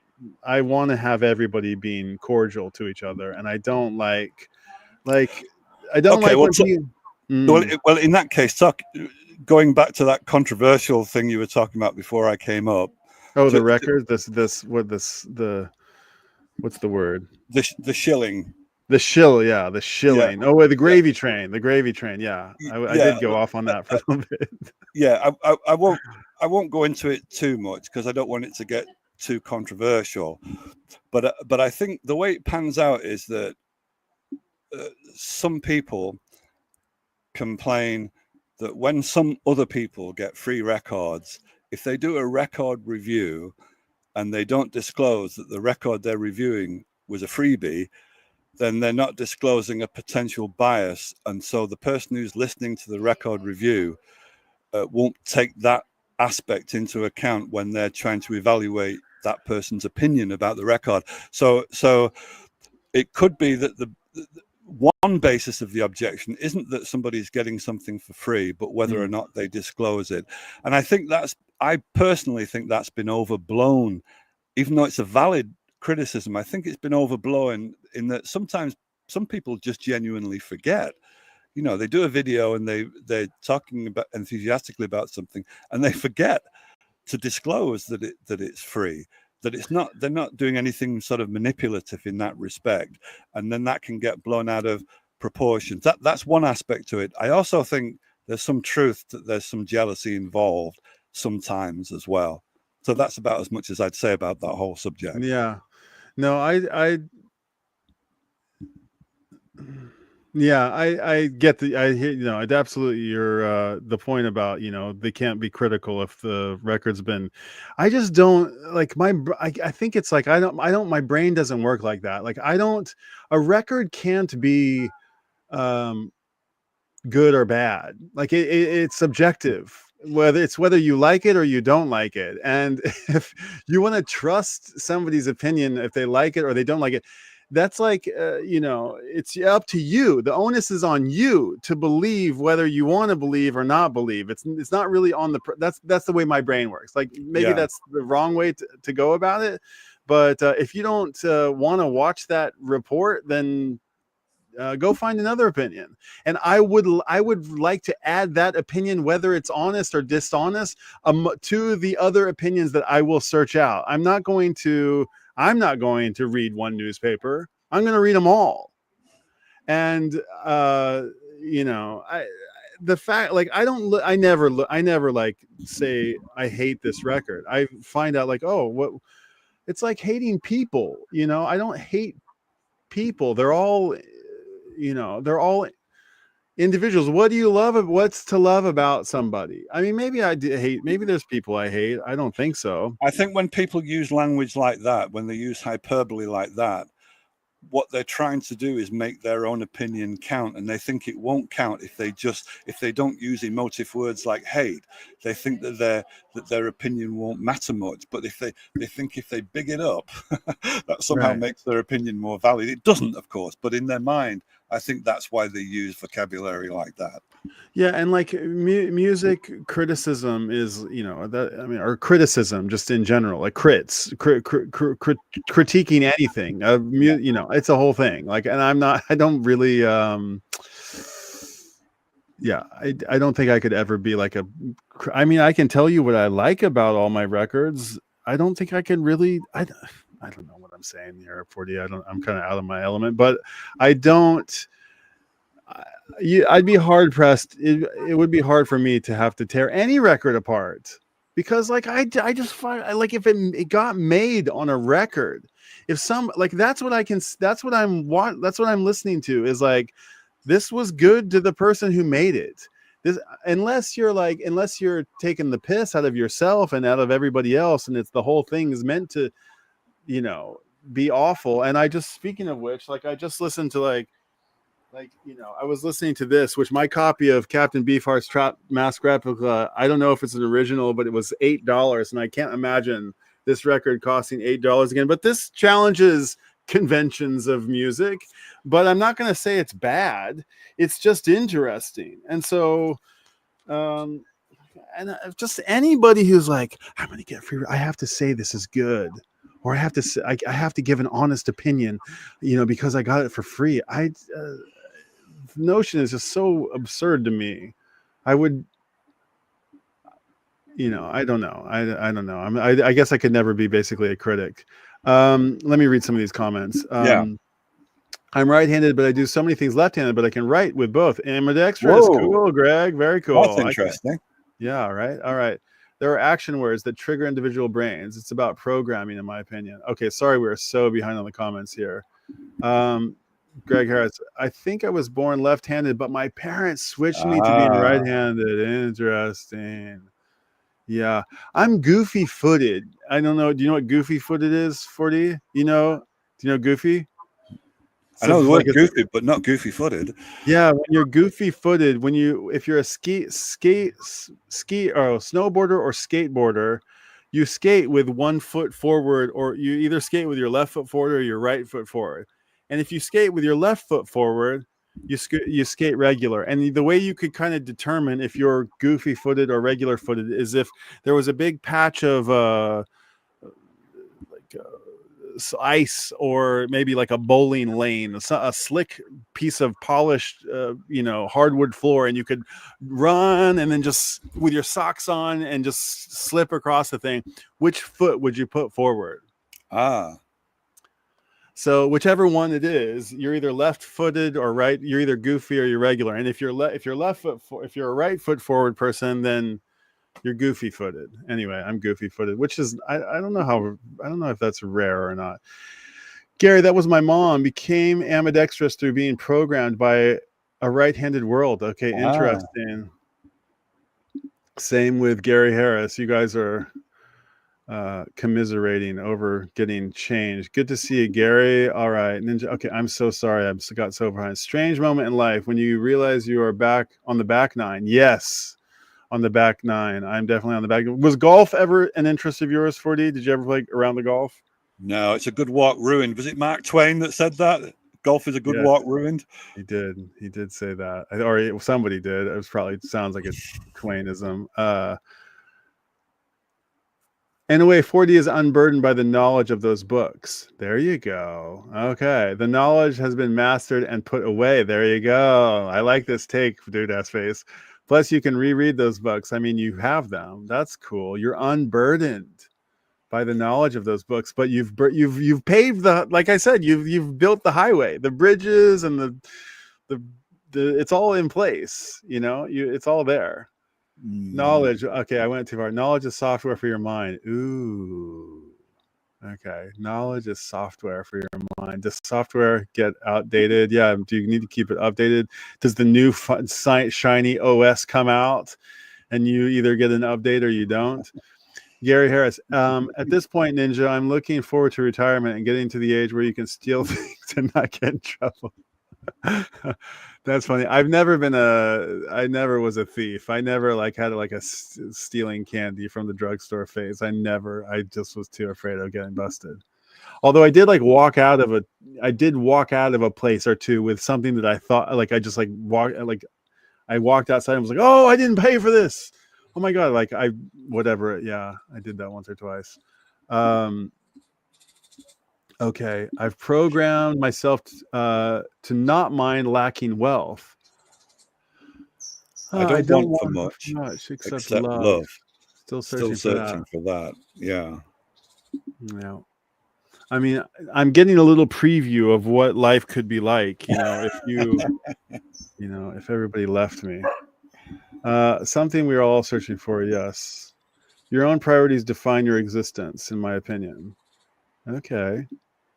I thrive in oral examinations, would fail horribly with research diligence, assuming I understood the subject. I thrive in oral examination. I can see that, Ninja Cat Matt. I can see 4D as well. He might not have a total command of the material, although I'm sure he does, but I'm sure he could probably. Would you? Well, as winged your way? As far as what Ninja Cat Matt just said, maybe that, I'm guessing, but maybe that means he's more of an activist learner. Which you might be as well, which might be why you don't sit still for films very much. Maybe you need to be involved in the learning process by pitching in straight away. And maybe because in an oral examination, that's what you're doing. You're pitching in. I tend to step back and reflect. I'm more of a reflective learner. And then I'll pitch in when I've taken stock of everything that's going on. But it sounds like Ninja Cat Matt might be more of an activist learner if he thrives in oral examinations. However, having said that, when I went for the interview for my scholarship, for the PhD scholarship, and that went fine.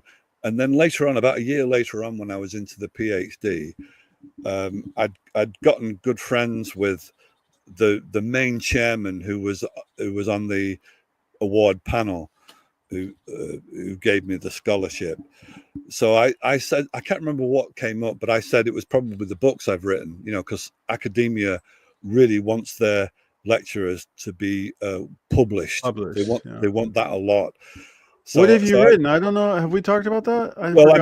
I'm just a bit wary of how much I want to dox myself. But okay, that's fair. So just speaking in generalities, I said to Jim, it's I guess that's what got me the scholarship is the publications. And he said something like, no, you can just talk your way around anything. It's like a backhanded compliment. It's like, how do I take that? It had nothing to do with the publications. It's just in the interview I could talk my way around. I can hear it. Being insulted by that. Yeah, I hear so I still don't know how to take that. It's a compliment. He didn't mean it as an insult for sure, but I would also be like, hey, I did write a couple fucking books. That would irritate me a little bit too. Oh, yeah. Nice. Tom Baker was a great doctor. Yeah. Okay. You got some fans. Causing a Catastrophe says, I love 4D's insight. Thank you. I enjoy his insight too. Only thing 40 was missing was the jelly babies. What are you talking about, jelly babies? Oh yeah, Tom Baker also liked jelly babies. They're Okay. a certain type of candy in Great Britain, and Okay. that was one of his trademarks. Okay. Yeah. Doctor Who, we're far behind. I remember the original maroon scarf. Doctor Who, Yeah. Brian's cap and kerchief are his own Doctor Who scarf. Oh, cheers. There you Okay. go. That's your trademark. I go through trademarks. I go through. It's kind of funny because like the fedora, you know, the Stetson, the hipster cowboy hat. I think I used to wear them all the time, and I think I kind of like, I don't know, like new headphones come into the scene, and then or helmets, or like something changes, and then you want to bring them back, and you can't because that that ship has sailed or something. And like red shoes, I wear red shoes. I've been wearing red shoes for like as like a trademark thing for years and years and years and years. And I kind of need to give it up. It's pretty juvenile, but I like to have a little. One of the greatest British films extra. ever made is called The Red Shoes. Okay, yeah, I always have like 1948. red sneakers. Try to have a pair. Truth about bias of given album and disclosing the information. Also, if they're paid for the reaction. Is anybody getting paid for reactions? I mean, isn't any press good press, right? Bad press is good press. Any press is good press. Any news is. But there is a serious point aside from that. I don't think it applies to YouTube, but there's something that started to come into the culture I think it was in the 1990s or maybe even the 80s, was the infomercial, where it read kind of like an article, but it was written by the marketing people of a product that they were peddling in the form of this piece of journalism, but it's not journalism and it's not objective.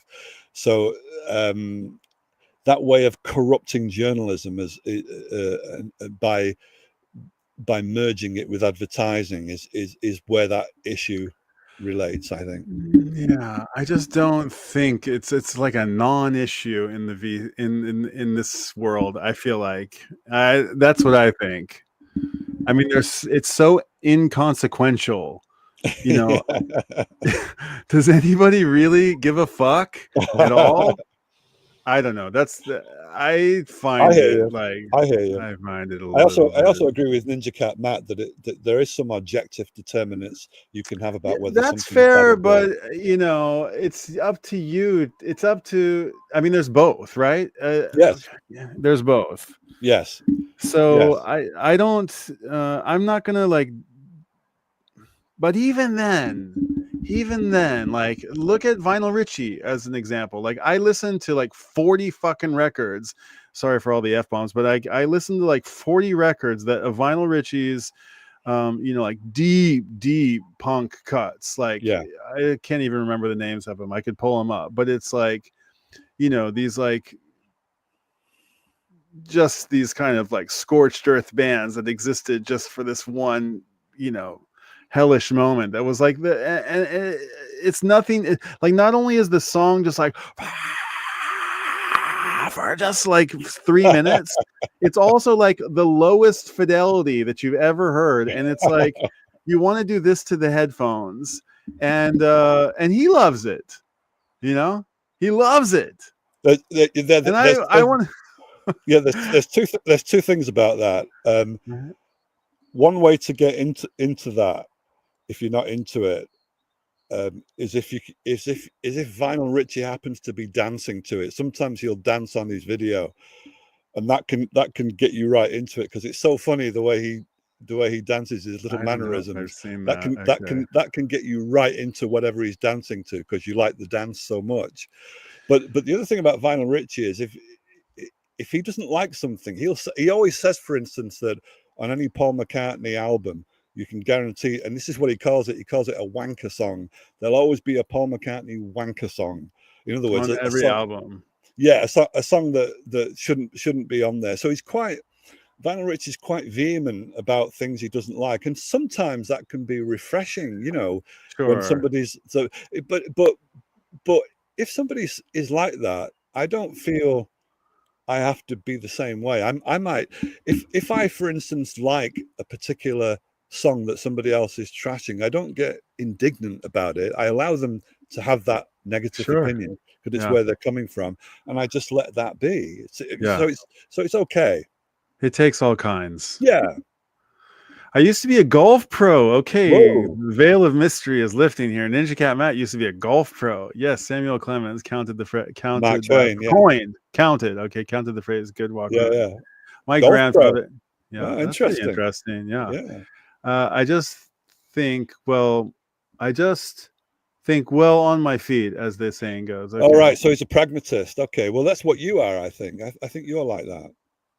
Oh, You're a interesting. pragmatist. Okay. I don't know if I think. Because you're I don't know. spontaneous. You're spontaneous. You'll Yeah, go but out. pragmatist is like taking the. Am I a pragmatist? I feel like I feel like I'm very not pragmatic. Maybe I am. I mean, maybe I am about some things, but I feel like if I were more pragmatic, I would be in a better, financial situation, and I wouldn't it wouldn't be like somebody told me I'm like a fire hose. I've mentioned this before on the stream, but like I'm like a fire hose that's on full blast, and I need to be pointed at the fire, like in the right direction. And if I was pragmatic, I feel like I could hold my own, I put out my own fires, but I'm often like, No, I once called, go ahead. Pragmatic means spontaneous. Like you'll think on your feet. You don't carry a dogma with you that predetermines how you'll behave. I don't see much dogmatism in you. What There's is a pragmatic? there is a moral compass about you. So that's probably the nearest I could get to dogmatism. But you're not. I'm thinking like pragmatic means like logical and sensible and choosing kind of like the most sort of easy, simple. I don't know, what am I looking for here? I'm gonna look it up. Pragmatic means dealing with the things in a practical way, right? Okay, based on am I a practical person? No, I feel like that's not enough. That's not enough of a definition. based on what is effective and sensible in a given situation, rather than on abstract principles or No, theories. that's not good enough. Whoever wrote that, that's not good enough. Okay. What Ninja Cat Matt said is actually accurate. Like he thinks on his feet. What that means is, in the moment, he'll come up with something in order to adapt and respond to whatever the given situation is. That's pragmatism. So it's in that sense, it's the opposite of dogmatism, where your reactions are predetermined and your thinking is predetermined by the theories that you've taken on board. Pragmatism is less theoretical. It's reacting in the moment. The way that you do every time you take that camera out into the streets of Tokyo, you're right, frontline practical in that sense. So I'd say you're pragmatic in those terms. And it's only when I think about you morally where I realize that no, there are certain things you will not do under any circumstances because your moral conscience would preclude you from doing that. So I think you're an interesting mixture between the two. I'm in the hot seat. This is a weird, I feel, it's a very weird seat to be sitting. But thank you, 4D, for your analysis, and I appreciate it. And it's fun. It is fun to hear these things. It's it's going to my head. I think. Think about this, Brian. I was speaking to Lindsay Reed today. Lindsay's the lady who you don't really know anything about, but she was the first wife of Tony Wilson, who you don't know much about either. And one of the reasons why I think it'll be good for you to host Lindsay if she wants to do a little talk is precisely because you don't know anything about the Manchester scene, so you won't ask the Manchester. Yeah. You want get her on. I remember we had this conversation. Let's make it happen. I'm curious. I want to get schooled. I'll be the dunce. I'll take one. Well, for the team. there's two things about that. One is I had a word with Rob Walker because he's very good in terms of Manchester knowledge, more than I am. So he would compliment your not knowing, and I would just facilitate and keep quiet. But at the moment, it turns out that Lindsay's just experienced two deaths that are quite close to her. One was her sister last month, and last week her partner Tosh Ryan died. And Tosh Ryan, as any Mancunian will know, was the co-founder of Rabid Records, which was like the precursor to Factory Records, and Tosh was like a rival with Tony Wilson. So there's been a few tributes on YouTube and things for Tosh Ryan, but so because because she's kind of grieving those two people, it could be the best thing in the world to have a conversation about old times, or it could be the wrong time. So I'm just leaving it with Lindsay to decide, whether she wants a bit of time first before she comes on screen. She should avoid me. She should take her time to deal with her grief. That sucks. Bummer. Shout out to Lindsay. Yeah. Lindsay, sorry for your loss, but hey, Lindsay, if 4D happens to timestamp this thing to you and send it to you, which he probably will, you don't engage him about this. I will make a mockery of the Manchester scene. I know nothing about nothing, and you won't. But if you want a fun, want to riff and bob and weave and mix it up a little bit, Pragmatic. I will be happy to if you want to. Yeah, well, it'd be fun. It'd be fun. I mean, it'll be a little bit like, oh, this guy doesn't even know the difference between a thing and a thing. And I'm like, yep, that's me. But come on, maybe I know a little bit. Maybe I do know. Maybe there's some in there that I didn't even know that I knew. Well, part of Lindsay's philosophy is that too much is made of the Manchester scene, and that she's fed up of answering the same damn question. So it would be quite refreshing, your attitude, to be quite outside of that. I do think there was something that was like, it was particularly, it was almost threatening. Well, like the 90s thing that happened, not what you're talking about, or like all the different chapters, but like the one that happened in the 90s. It was like, or late 90s, early aughts. It was like I don't want to say it was threatening, but it was like, it sounded sounded foreign in a way. It was like a foreign, and not sounded, but it was like to me, there was something that was like the style, the like, what are they, like the rain jacket sort of thing? I don't know what this is called, like the the windbreaker thing with the bucket hat. The scene actually started in the 70s, and no, I know, and we talked about it, and you schooled me a little. And I don't think that you would ever come to like a certain style that Tony Wilson championed, and I think that's okay. I think it's okay for you not to warm to that kind of punk ideal that came out with things like Joy Division. Maybe, but I think that's good. I think it's good for you to stay outside of that. The one thing you might like is that, as far as Tony Wilson goes, we were talking about potential. Tony Wilson kind of made a career out of spotting potential and cultivating it, getting bands signed to his label, and because he was also a television presenter, he would be able to get them into the studios and give them some exposure on national television. So he was quite a mover and a shaker in that regard. And rather than deal with celebrities and people who were already signed on national labels, he would go out looking for bands in pubs, on quite a low order of things. And so he would raise the profile of people who had no other voice, and his way, for instance, of spotting the potential in the band that became Joy Division when Ian Curtis used to be the front man. He said that he was in this pub and there was a competition of lots of different bands that night, and Joy Division were put on very late, and they were angry about how late they were put on. But he was the band that was the band that Tony Wilson was the most interested in hearing more of, because he said they were the band that sang like they had to sing, they had to play, they had to be there and do it, like it was a compulsive thing. They had to do it. So that's what triggered his response in terms that of resonates with me for sure. Yeah. So it's that idea of Tony Wilson as a catalyst for other people that I think you would warm to, rather than the music that he championed.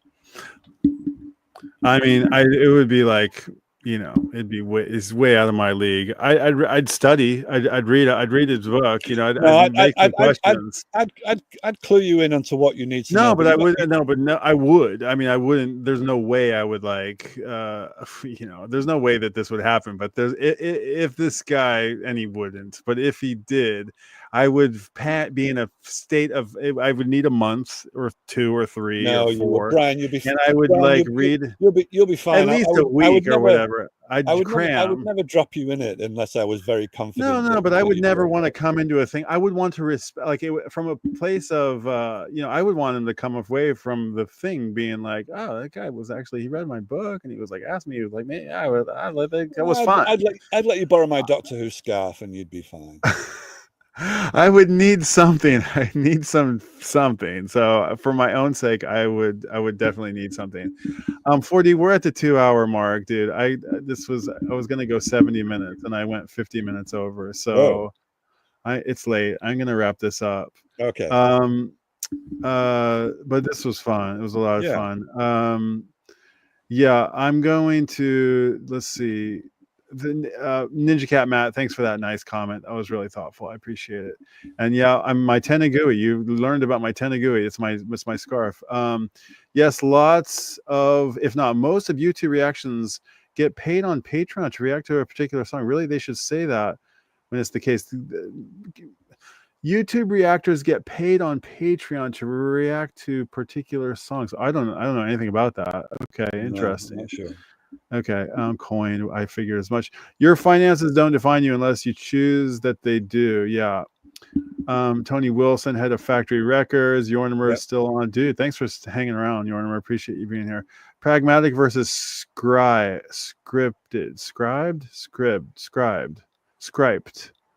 What's that word? 4D explains things well. Versus scripted, yeah. Pragmatic versus scripted. Scripted. Okay. Yeah. Yeah, I liked, what was it? The word you used. What was the word? Well, the funny thing is theoretical and dogmatic, yeah, versus pragmatic. Like I said to Rob Walker, is I haven't seen any Manchester bands. I really don't. The whole Manchester scene passed me by. I just happen to know some of the people who are in it. Passed me by too, basically. I'd love to hear about the Manchester scene. Here in Nashville, we've all been obsessed with that scene. Such larger than life characters and beautiful music. Yeah, that's for sure. Larger than Dude Ass Face is an interesting cat. He came on. He's like you, 40. He came on once. 40. No, Dude Ass Face, you got to come hang out again sometime. He's in Nashville. He runs a bookstore. A giant, but he doesn't run a bookstore, but he runs I don't know if I should say, but like he works at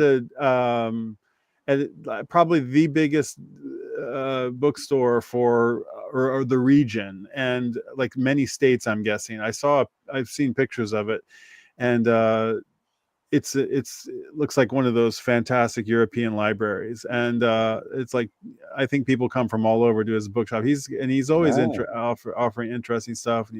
I want to get you up on it, and Ninja Cat Matt too. You got to come up. You can be part of the scene and an unbiased reporter of that scene. Yeah, I just like I agree with you, but it just still doesn't sit right in my stomach for whatever reason. I hear you, but I just like, really, do we all have to like have an opinion about it? Do we all have to like, can we just all kind of like what we like about it and admire it for being made? In new journalism, there were not all of them, but there were quite a lot of journalists such as Hunter Thompson who did put themselves as active agents in the stories, and people like Norman Mailer disclaimed the whole idea that there could be such a thing as objectivity, that there was no such thing. So that was kind of a new journalism hallmark. There you go. Okay, this is my best live episode ever, in my humble opinion. Just love listening to 4D. All right, dude. Well, 4D, you need to get your own videos going, dude. No, that's not going to happen, Brian. I'm just not interested in that. Why not? Okay, Factory Records did it for the music. Financial themes were always a second thought, from what I've heard. That's cool. Yes, that's true. He was useless at making money, Tony Wilson. Always useless. I'm looking at a picture of him and Steve Coogan. I fucking love Steve Coogan. He's so funny. He is like the funniest guy Well, ever. Steve Okay, Coogan was another person that Tony Wilson championed when Steve Coogan was unknown. interesting. Okay. Yeah, All pragmatic right. versus dogmatic. Yeah. All right, we got to the end. We actually Okay, did good. it. Yeah, Good. cheers, man. Hey, that was fun. That was a Yeah. fun Saturday night hang. I had a good time. Yeah, thanks for all the conversation, 4D. I thoroughly enjoyed, and yeah, interesting insights, interesting streams of consciousness we went down. I had a good time. We'll do it again Two sometime. people who go off on tangents. What we need is a third party who's very absolutely structured, Brian, who can keep us both in line. Probably Ninja Cat Matt. I should have dropped the link. I should have dropped the link again. Sorry, guys. It ended up being a nice two-way conversation, but it would be nice to have like a nice four-way panel. But yeah, there was no shortage of talking over each other, so even two more people might have been even dangerous. But we should still do it. I'm totally There was just a shortage of squirrels. I'm quite disappointed in yeah, the fuck, where you didn't get a single squirrel. Like They must have had a union. like They must have had a ripped union off. meeting and decided they weren't going to come on camera. That's all. Okay. All right, well, look out for this video. I hope I can finish it I'm by looking forward tomorrow. to it. You're gonna love it, man. It's When a are watch you it on gonna drop- double time. When are you going to drop it then? Man, if I could wake, I don't know if I might be done for the day, but it's got like, dude, it's good. It's good.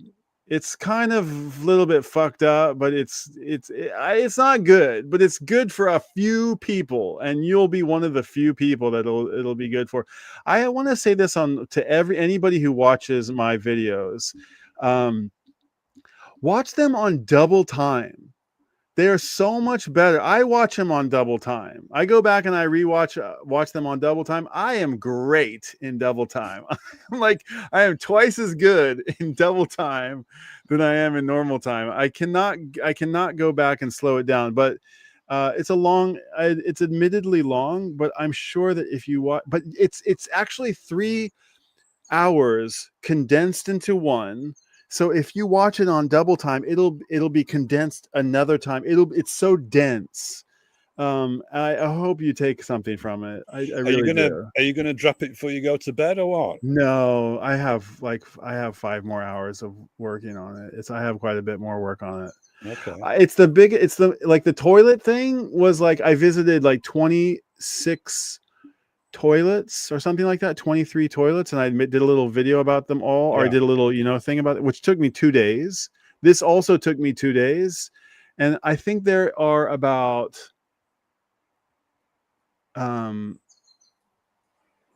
there's about 300, I'm going to say more than that even. There's probably about like 500 little, in addition to the all the videos, there's 500 things that I've added to it. So like little images and pop-up things and things that I went and sifted for and things that I got online and I looked things up, and like 500 little extra things that I don't think anybody puts on their YouTube videos. So I want to congratulate myself because I mean, the people who do it are the people who have like a gajillion viewers. I don't have it. Who am I making? This video will get 100 views and like I'll be like, I spent fucking 10 days working on it, or like even longer. But I still am compelled to do it because it's really interesting. I stumbled into a honey pot. I really did. It's really cool. It's going to be endless fodder. And it's one video rather than 2. It should be 2, but I can't. Yeah, I don't have the restraint to make it 1. I just want to get it all out there so I can go on to the next one, because there's another one right behind it that I want to make, and I want to go do that one. Yeah. Right. Okay. But anyway, watch it on double. You can watch it 2 times. You can watch it in 2 helpings. Why don't you do it like you've done some of the other videos where you run it and you have a live chat? I'm gonna do that. I'm definitely gonna do that. I'll do it. I'll try to time it. Maybe tomorrow night. Maybe maybe I'll try to be done with it tomorrow, like the normal 11 p.m. time or something like that. Yeah, I'll be done with it tomorrow evening for sure. Okay. I'll play it tomorrow evening, and yeah, I'll put it out there. Yes, the philosophy your evening, you mean? Like this time? My evening. Yeah, my evening. Okay. Is this the philosophy bookstore video, Brian? Yeah, and I'm telling you, like, I'm hyping it up a little bit. So let me temper your expectations. It's not that good.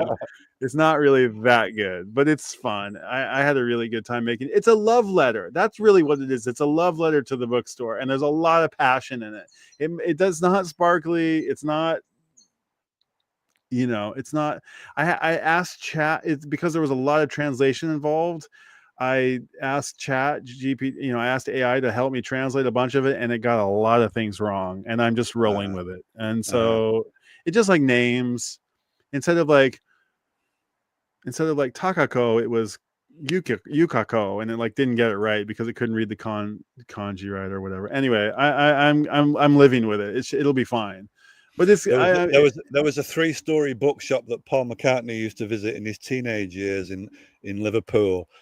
And that was responsible for a lot of his intellectual development. He'd blow quite a bit of spending money on every Saturday getting the bus going down to I think it was called French's 3-story bookshop, and like an Aladdin's cave in there. I wonder here's something fun. I'll leave it with this. This is a ridiculous notion. I wonder if you can get the same or not the same, but I wonder if you can get some equivalent, some percentage of the learned cred from just being around books. Just so long as you have enough of them, you don't actually read them. You just put yourself around enough books, and if you talk about them enough, does that like count for anything? I think it should. It should count for something. If you look up the names of books and you read the like Wikipedia page and the cliff notes about the book, what does that count for? Do I get a participation trophy? Please, something. I'm too much of a purist to go along with that. That's fine. You be a purist, but I'm the one who's just going to be here reading the cliff notes. Okay, I'll see you tomorrow, 40 or the next time. All right. Good night, everybody. Thanks for being around. I appreciate you being here. Bye now. See ya. Bye-bye.